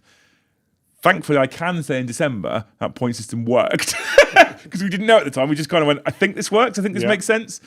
But what she's done is she's got like A1 paper because of how many people. She's had to write all the names down one side of every single person who's gifted or super chatted or anything in the last fucking 12 months. Wow. And then she's gone across the top of all the months. And it is fucking pages and pages of like A1 paper. Liam, have you ever introduced Luce to Excel? Spreadsheet. I know spreadsheets. Anyway. She's drawn a spreadsheet. So, so she has done a huge amount of work. Wow. And as of yesterday, she's done up to October. So by New Year's Eve, we will have a winner for each month. Oh. That's awesome. What do they win? Well, I'm currently fucking broke, mate. So Congratulations, January. You've run leg 1 of the Hierophant. what you can do is you can get a voucher in the month that you won the previous year, and that way I can spread it out. Anyway, so that's coming New Year's Eve. No more AOS, please. Is that a double negative? More AOS. No more AOS, please. Oh, More no, AOS. there will be more AOS. Yeah. Absolutely. So that's coming on New Year's Eve. New Year's Day is a bit different. Obviously, I'm not asking the team to come in on New Year's Day, so we'll do an evening show from home, and then Friday will be after dark. Then we'll be back into normal operating after that. So look out for that, all right? I think that's everything. Hopefully you'll come and join us tonight, though, at 7:30 for that live game of Bullshit Brigade versus Space Wolves with Toby reading super chats, which I can't wait. You have to wait for me to go, I think it's... Yeah, exactly. As gifted 5 gifted members. And then you've got to do the hope from the deck as well. Oh, fuck me. I need to start writing some hopes now. Thank you, you wonderful humans. Big shout out to Matt and John, who Yeah. have been insane today. You're crazy people. I love you very much. Thank you so much for your generosity. I'm sure Liam will reward you all with another Hobby House update soon. I turned 50 on New Year's Eve, old hammer. We're not playing games on New Year's Eve, I'm afraid. Your birthday, New Year's Eve, John? Oh. Is it? Great excuse for a party every year. I feel like we should have done a stream just for John's honour. On New Year's Eve? Yeah. I am doing a New Year's Eve stream. Oh. That's what I Oh, just yeah, said. you're doing the what's From it? 9:30 till midnight. We do 4 hours. 4 hours? Yeah. That's impressive. Actually, 9, 10, no, it's 3 hours, isn't it? 9:30 till midnight, not Yeah. 4 hours. I don't know, my brain is melted. You're all amazing humans. We're going to go get some food and get ready for tonight. Thank you so much for watching, you wonderful people. We'll see you in the next one. See you later. Bye.